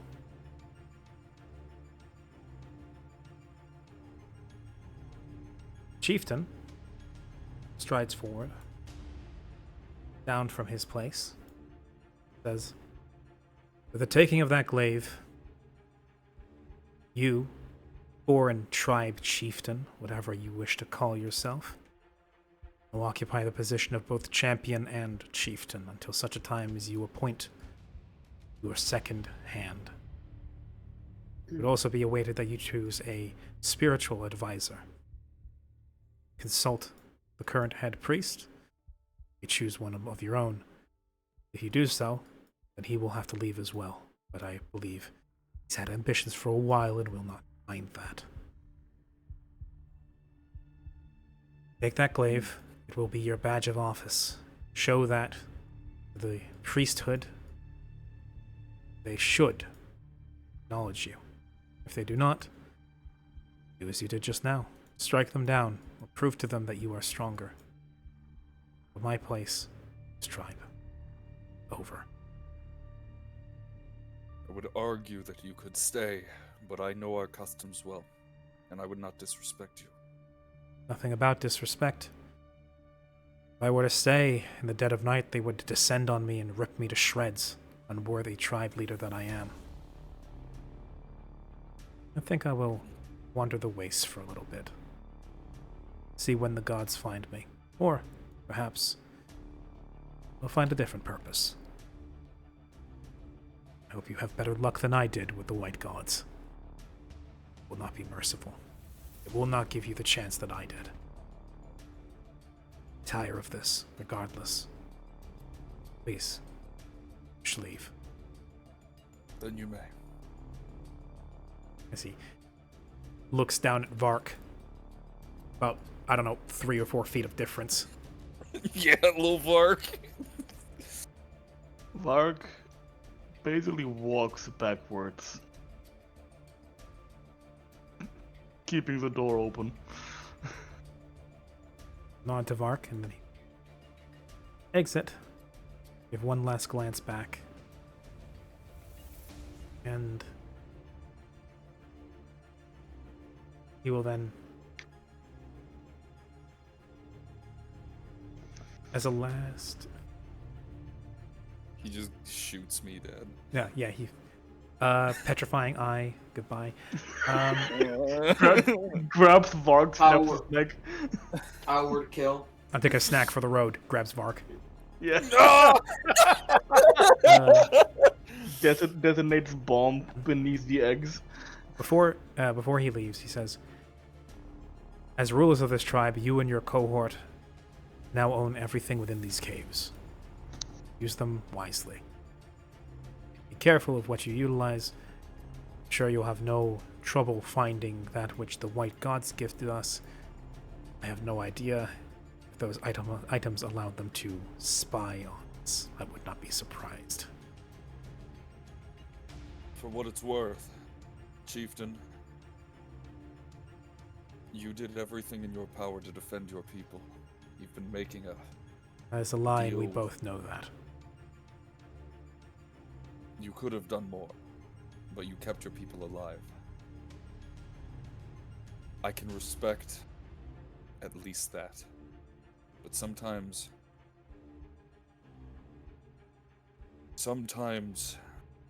at least how I see it, I would rather die than be subjugated ever again. My champion and I both agreed upon that. We tired. My predecessors and his predecessors before him. We existed only to keep the tribe perpetuated. Our purpose erased and our autonomy dispatched.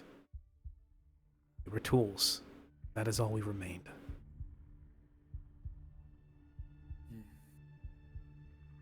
Time will tell if you do any better as he departs.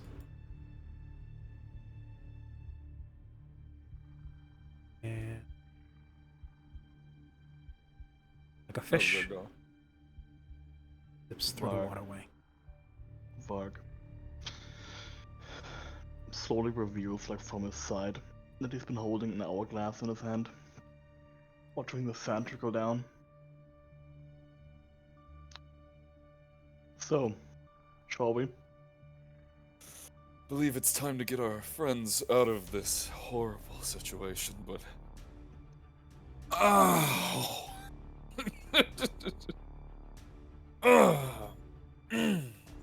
Straighten up his shoulders a little bit. The guards are apprehensive and unsure of how to regard their new chieftain.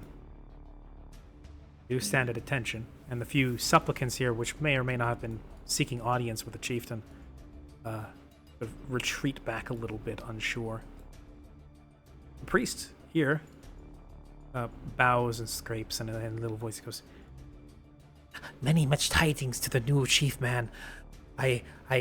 This humble one offers you the gift of healing." And what is your name, little one? I was not given one. I was only known as Brother Claw. Brother Claw.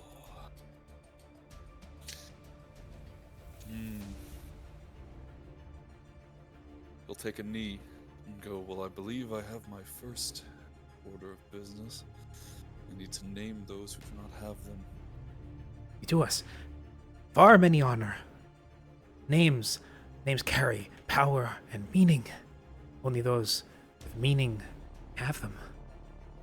And each of your lives will be given a new meaning.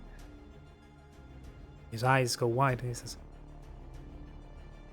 "Even the gods gave us names." Do not treat me as a god, then. but your leader. If not a god, what will you be? I will be. I resist you. I resist you. I will be your king. The troglodytes all in turn once more bow and scrape. As they declare, "Hail, king from the surface. What is your name, O king?" Karia. All hail, Scale King Karia. We really don't have time for this. We really don't have time for this. But the new enthronement must happen. You must be healed and you must be given the war paint and brought before the tribe. Absolutely, and all of this will be done in time. However, first, there is a much more pressing matter than even I that will involve all of you. Name My it. wounds can be healed. I must save my companions that lurk below with the beast that you have captured so handily, mind They all go stark still. Go, You speak of the monster beneath? No, we do not tread down there. If your friends are down there, they are dead. Then I would retrieve their bodies, but that is not a quest. But we only for just you. got our new king. Why must you go and die so quickly? If I am to die, then you will serve my brother. No point over to Vair. But first, He eyes a healing. Vair. As he nervously lays a hand upon your arm, casts Cure Light Wounds. Thank you. I thought if you died, he died. Yeah. They don't know that. I thought you said that like very He publicly. He did. No, he They did. He don't did. remember that. No, Look at you it, openly said that. These things I may not did have very openly. good object permanence, but they can remember when you say if you die. That is true. Then I'll look over and I'll point. He'll just kind of like wait. Actually, because technically Vair doesn't die. He just goes insane. But As you heal. Oh dear. As you heal 4 and 5, so 9 HP total. that is still better than nothing. That is 14, and I'm not going down there to fight that fucking thing. I'm a god. How can you kill a god? No. With a blinded and granted intoxicating innocence. Yes. So Vark is urgently calling for you guys to get moving. Sirin, for her Yes. part, is going to come up and actually provide her own healing. Because you are in rough fucking shape, my good friend, buddy old chum. Yeah, I am not looking good. Man, this is just a repeat of last time, except I got lucky this time. Yep. The last time I was in a duel, I got shot by a lion And backstabbed. and backstabbed. Because you guys agreed to a 2-on-1, 1-on-1, and then you guys broke that. Yeah, well, to be fair, I did summon Vair in the middle of it and have him try and bite his So ankles. that's, and then yeah, which is why he got angry. And that's 15 from Siren. Alrighty, that puts me at 29. I'm looking a hell of a lot better. Okay. Okay, in that case, the looks like we're ready to get moving. Indeed. Let's All get of you. moving. All of you, please stay here, and first and foremost, your brothers and sisters whom I slaughtered on the way. I ask that you bury them proper. They look at each other and go, "We normally float them down the river." Then do as such. Can I direct your attention to the tavern menu real quick? What have you done? No, not Shadow the Hedgehog. Shadow, let's... Let's get moving. Yeah, that's Vark, like, guys! Yeah, no. Again, points towards the hourglass. Alright, yeah, let's fucking go. Okay. Okay. As waiting on the other side, our collection of what you now know to be priests gathered around what looks to be part of a henge almost. My God, A tent. the holy frog. As you see on the plinth and around it are several more shamans. There are various animals.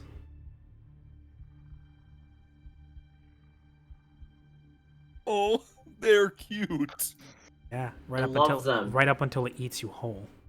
Well, thankfully, they won't do that to me now. Insert Konosuba gif here. And standing atop, the one who stands next to the giant icy toad.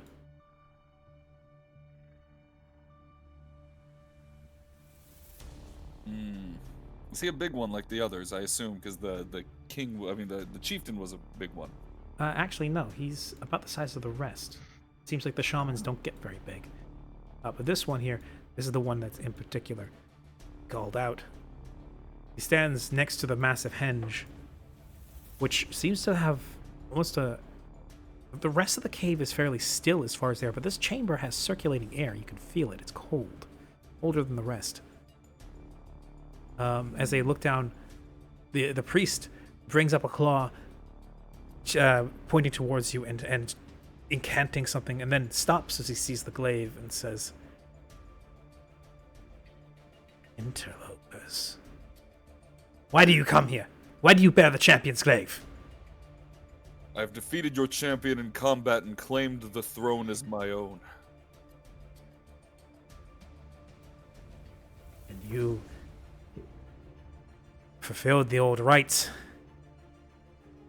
Spiritual father of this tribe, I must acknowledge you. Why do you come here? I have been told by some of your kin that the key you hold leads to the beast below. Do you wish to go down there? Most kings who fight for the right of being tribe leader wish to hold on for the position for more than 5 minutes. All hail the Fool King. I would say watch your tongue, but I've been told that you have other ambitions. The White Gods have given me providence and the power to lead this tribe.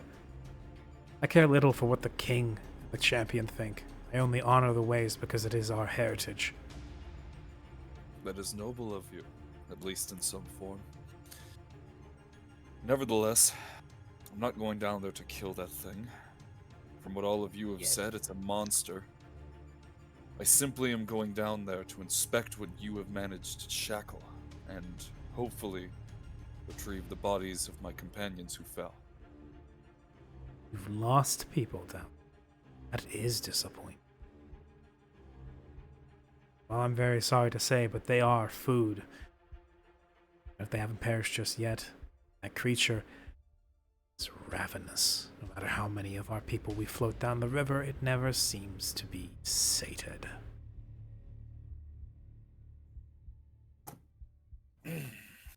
What is this creature?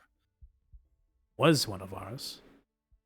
Hatched from its abnormally sized, putrescent egg, it smelled of sulfur and rot worse than any other troglodyte before. When it burst from its shell, a shower of pus and something dark emanated forth. The Warren mother, she wished to put it down immediately, but my predecessor, the previous high priest, saw the potential of a weapon to turn against the other tribes, turn against our enemies. If it could be controlled, it would be most fortuitous. So we shackled it deep beneath, let it grow. We fed it our dead. We had no better place to put it. Well, bodies are of little use besides as food. It grew fat, large, and strong. Eventually, realized how strong it was. Something was whispering to it. Despite being taught nothing else, it came to know many things that it should not. It knows how to speak many tongues. It has parts and powers do not belong to our kind, heretical even, things the spirits would not deign bestow upon us. nor the Alabaster gods. Now, it's too big, too strong to control. So we maintain the barrier, the chain that keeps it in place. Or if that thing were to rampage loose, it would spell the end of the tribe, possibly everything on the surface. The deep curse took root here too. So it did. I can see it festering within you. I have little doubt that in time you maybe know better. Irony. Where we were keeping it shackled beneath, there are two, blithely wandering upon the surface. I'm beginning to believe we should have just turned it loose. We may have two of you. Well, if you feed it your dead. How far was that drop, Remy? Direct question. Not in character, obviously, What, but like the drop from the waterfall? yeah, the waterfall. Could we see the edge You of could it? see the edge, you just couldn't see how far down it went. I wonder if we could build a quick dam. Like Roman style it, just build a dam and then hoist a rope down so we don't have to fucking That go sounds like a down there. real construction project right there. Yeah, it does. Yeah? I'm thinking That of is how a Caesar, 15-foot deep river right there. Oh right, yeah. Okay, yeah, no, we gotta go forward. The Listen, small- Caesar had his legionnaires build a bridge while they were marching. I'm just fucking with you. All right, let's. Continue forward, but I will have no part in it. For some I reason. won't ask. And if you wish to take the prisoners with you too, as I have no doubt you will, go ahead. Everything here belongs to you now.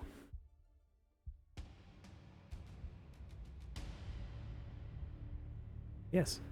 Karya. And Yes. actually, no, that said, Vark. Yes, Would you like to make a perception for me? absolutely.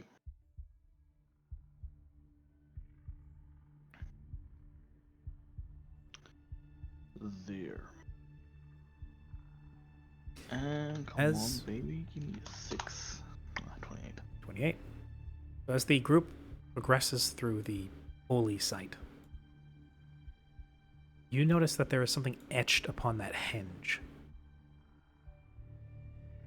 And the symbology and the roughness of it is familiar. It looks like what was scrawled on those pebbles. Okay.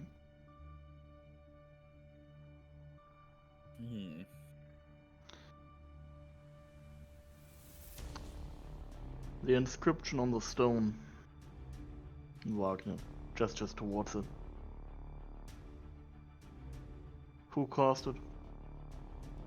It was a direct gift from the Alabaster gods. Gateway. Portal. Some sort of conduction device. It wafts the winter winds south, bathing it in holy, blessed, frigid snow. This is how we have kept your kind so far out. Why? Does it interest you? Just wish to take it? Destroy it? I'm fascinated by it. I've seen works of your white gods before. We have bested their tricks and illusions.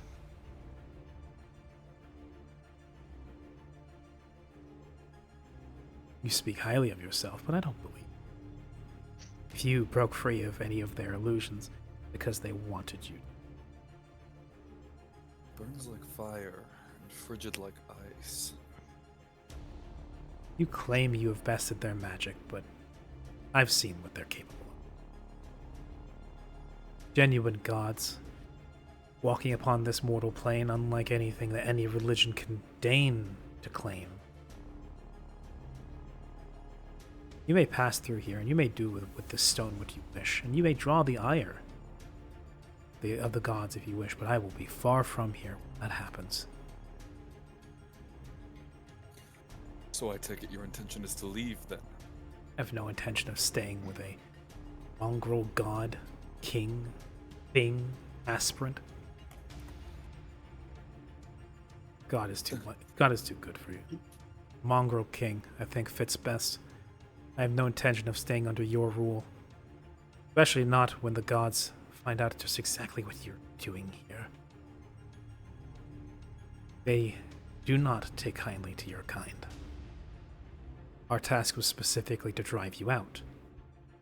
And the very fact that you stepped into this room is that we failed in that regard. They will come to right this wrong. And we will all suffer as a result.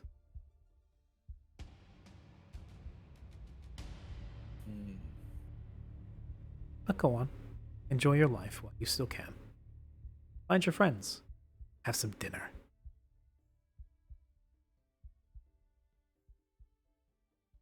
As he will then mockingly bow and gesture this, over that direction. Do not worry. I'll be gone shortly. Yes, I'm sure you will.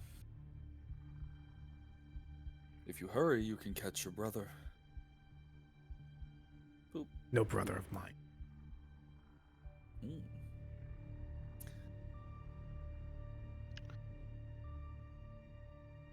Where? Quick question. Where are the prisoners kept? Are they kept through here? Yeah, through there. Okay. So wait, are they? Well, if you want to progress forward, I will unveil it. Yeah, but Varg seemed like he was about to say something. I assume the doors here, sorry, out of character. I assume Jesus Christ.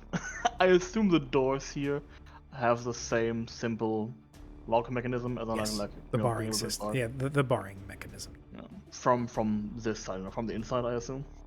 Yes.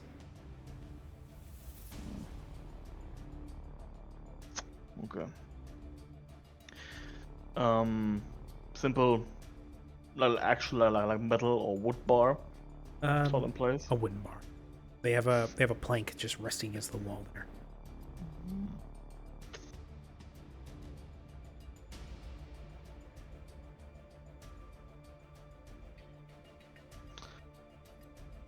Varg will take the bar with him. Okay. Oh, good. And as you progress forward, where's Yep. the prisoners at?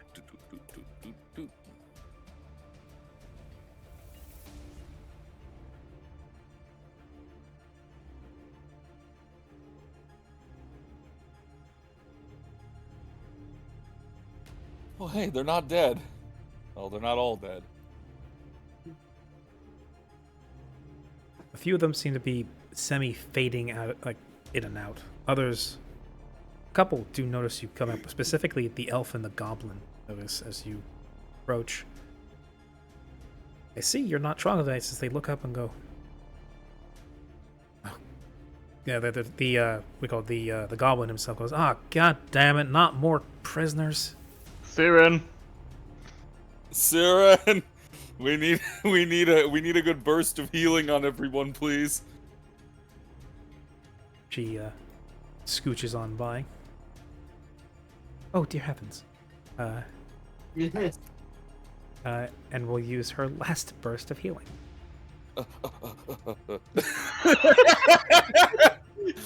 You wanted to be real close for that one, huh? Yeah. Quickly scoot into range. I will admit I have had the same thought for that. As you all recover 7 HP. Alright. I'm a cool dude. I don't need no healing. I don't think you've gotten hit, have you? Since we got healed up last time. I've literally never gotten hit. Well, But you did get petrified. Oh. Yeah, I get instead that. you got literally dead. Like. Yeah. And they see you all enter. Then Siren lets out a burst of healing. They notice you're not in shackles, and the goblin goes like, "Wait, you're not prisoners." Caves under new management, I suppose. What he's saying Are is you, we're here to rescue you. Oh god. We're here to rescue you. Yeah. Oh, thank the gods. For a second, I thought you were gonna say we're your prisoners now. I was gonna ask if you have a new policy on like clean water. Oh, I'm Ugh. sure we can figure something out. We can Let's melt get- some snow once we're out of here. That's that true. would be a godsend. Okay, look, we got a few of us in shackles here. Most of us are kind of in and out. Poor Annabelle's over there is kind of close to being dead. She could get some medicine for her, would be good. He kind of looks over and goes, you start to become more familiar with hey Presty, the haggard-looking elf just kind of looks up, going, what? I'm up. You think you think you can walk? We can get some shit to Ronya. She might be able to help us out. And as they start waking up one by one, besides apparently the elf, this elf he gestured to here called Annabelle, people start to stir, and they more than a couple of them sort of like bring up their shackled arms and going like, "Little help, please. We're also probably gonna need help getting out of here." You do got a clear path of exit, right? Up a rope? So it won't work. I don't know if anybody here's got the strength to climb a rope.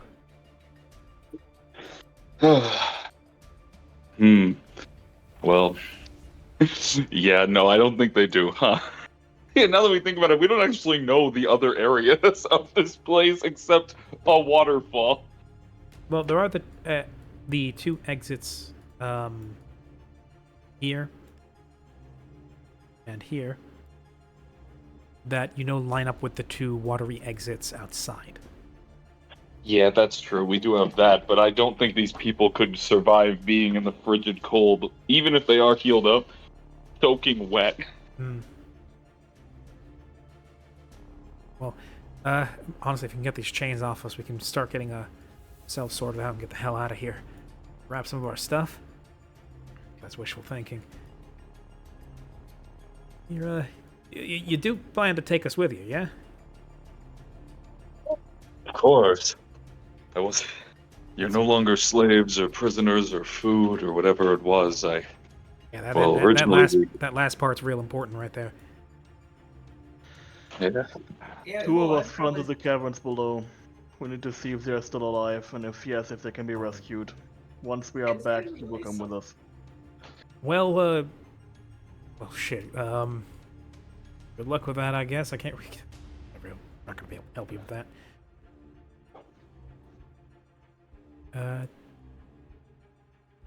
As he's sort of like nervously eyeing his chains, I'm gonna assume that Flick comes along, nabbed a key from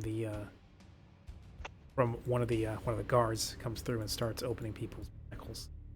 Yeah, that was what I was assuming. Just if it would make you feel all better, I can have our compatriot here who's letting you out stay until we return. Something between us and the Trogs would be real nice.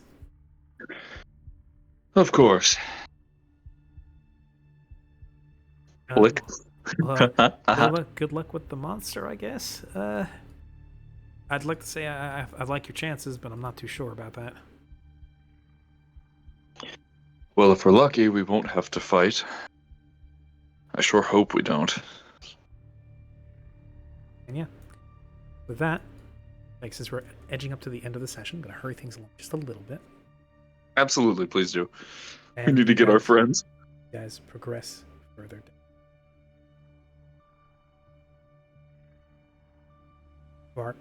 Flick stays with the group, or with the prisoners specifically.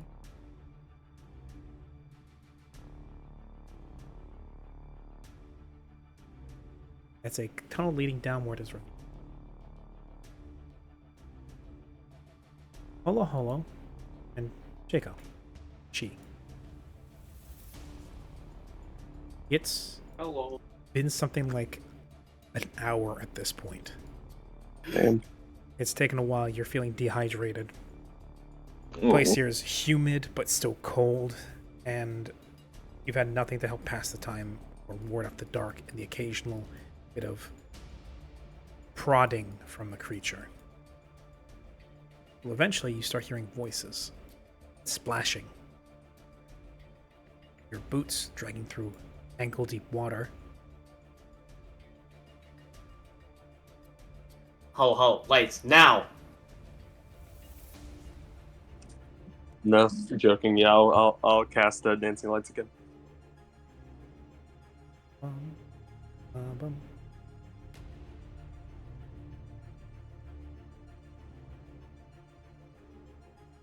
Kind of in a line, right over here. Okay. Or unless I know what do I know the direction the sound's coming from? Yes, actually. Okay.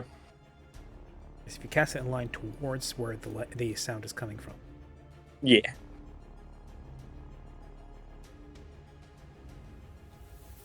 You'll clear a visual path. Of course, since most of the people with dark vision were in the other group,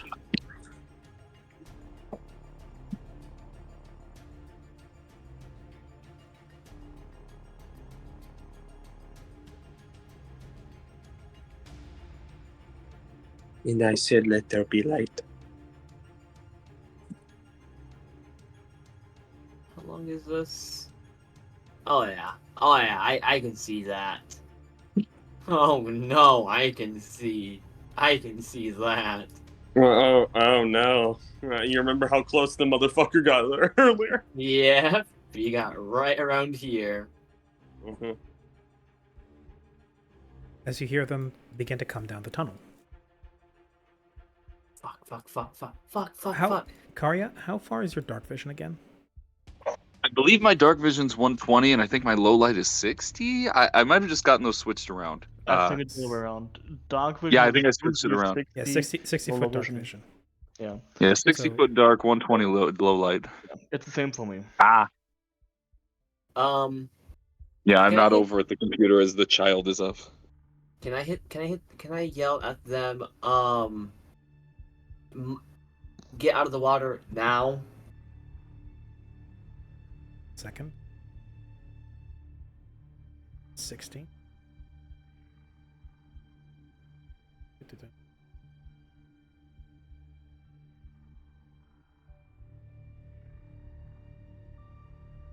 Roughly.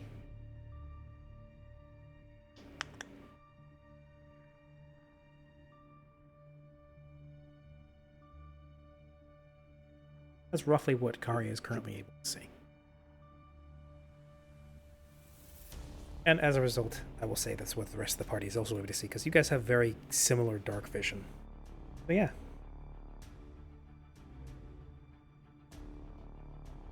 And you guys hear something splash off in that direction. Or I should say, relative to you guys, I guess so the players or the viewers can see. Relative to the stranded group in that direction. I can't see, can you? In Black on black. that sure is direction. Nice. And them that direction. I like to ready in action. Is whatever is there currently lurking just out of sight. To those who have just come in, they've gotten a warning to stay out of the water. I think, the thing is, we're just about 10 minutes from the 4-hour mark. I guess we're going to start wrapping it up. Mm-hmm. Are we in the water? Is there like a pathway over here? You're currently ankle deep in water. I'm gonna put this in simple path. I can't unsee that, by the way. I'm just gonna put that in simple path. Oh, good. Cannot see what? I can't unsee it. Ah, yes, appease. I can't unsee it. So yes, I believe that's the session for today. Thank you very much for playing. I think I was hoping to be done with the dungeon by now, but you know what? This is a decent place to leave off. That is a pretty decent place to leave off. Oh With yeah. the next session, you'll worry about this whole shenanigan, and then how to deal with the tribe, what shit you're gonna take from them, how you're gonna rule with an iron fist, all that. Yeah, all that, okay. Oh, You may and- call Reek God yeah, King. And perfect timing. That's right. She had to leave. Oh, that's fine. All right. Perfect. Well, that was fun. I had a good time. I will see you all tomorrow then for Genesis. For Genesis. Yeah. And we'll, advisory next week. We're going to be calling off a session for that Saturday, due to various people being unable to attend, but also for some other reasons. And on that day, I'm going to be found on the Dungeon Lounges channel. A bit of vampire for them. That's going to be fun. Yes. And so that means we will pick this up the week after the next. 2 weeks. Yeah. 2 weeks to let this sit and simmer. Alrighty. All right. Well, hey, that was fun. So Mallory is not here. I was gonna say Mallory, religious advisor. Hey, but not here. Yeah. Thank you guys very much for coming, and I'll see you guys later. Take care. Thank you for Bye, running. And everybody. again, to my players, thank you for playing. Thank you for running. Absolutely. Thanks for running, homie. It was fun. Thank you very much. All right. Yeah. I'm gonna kill you. No, you're not. Oh no. Goodbye, everyone. You cannot kill a Bye. god. Well, You kill a god. What a grand and intoxicating innocence. I'm I kidding. love that. Cut the tape. It's the fucking Elder Scrolls equivalent of right foot, left stomp. Oh my God. Slide to the left. Slide hate to the you. left. Crisscross. Good night. Bye, Good night, everybody. everyone. Bye-bye. Everybody, roll your dice. Clack, clack, clack, clack. Come on now. Everybody, failure saved. Bye, Good night. Mario everybody. looked nearly dying this session.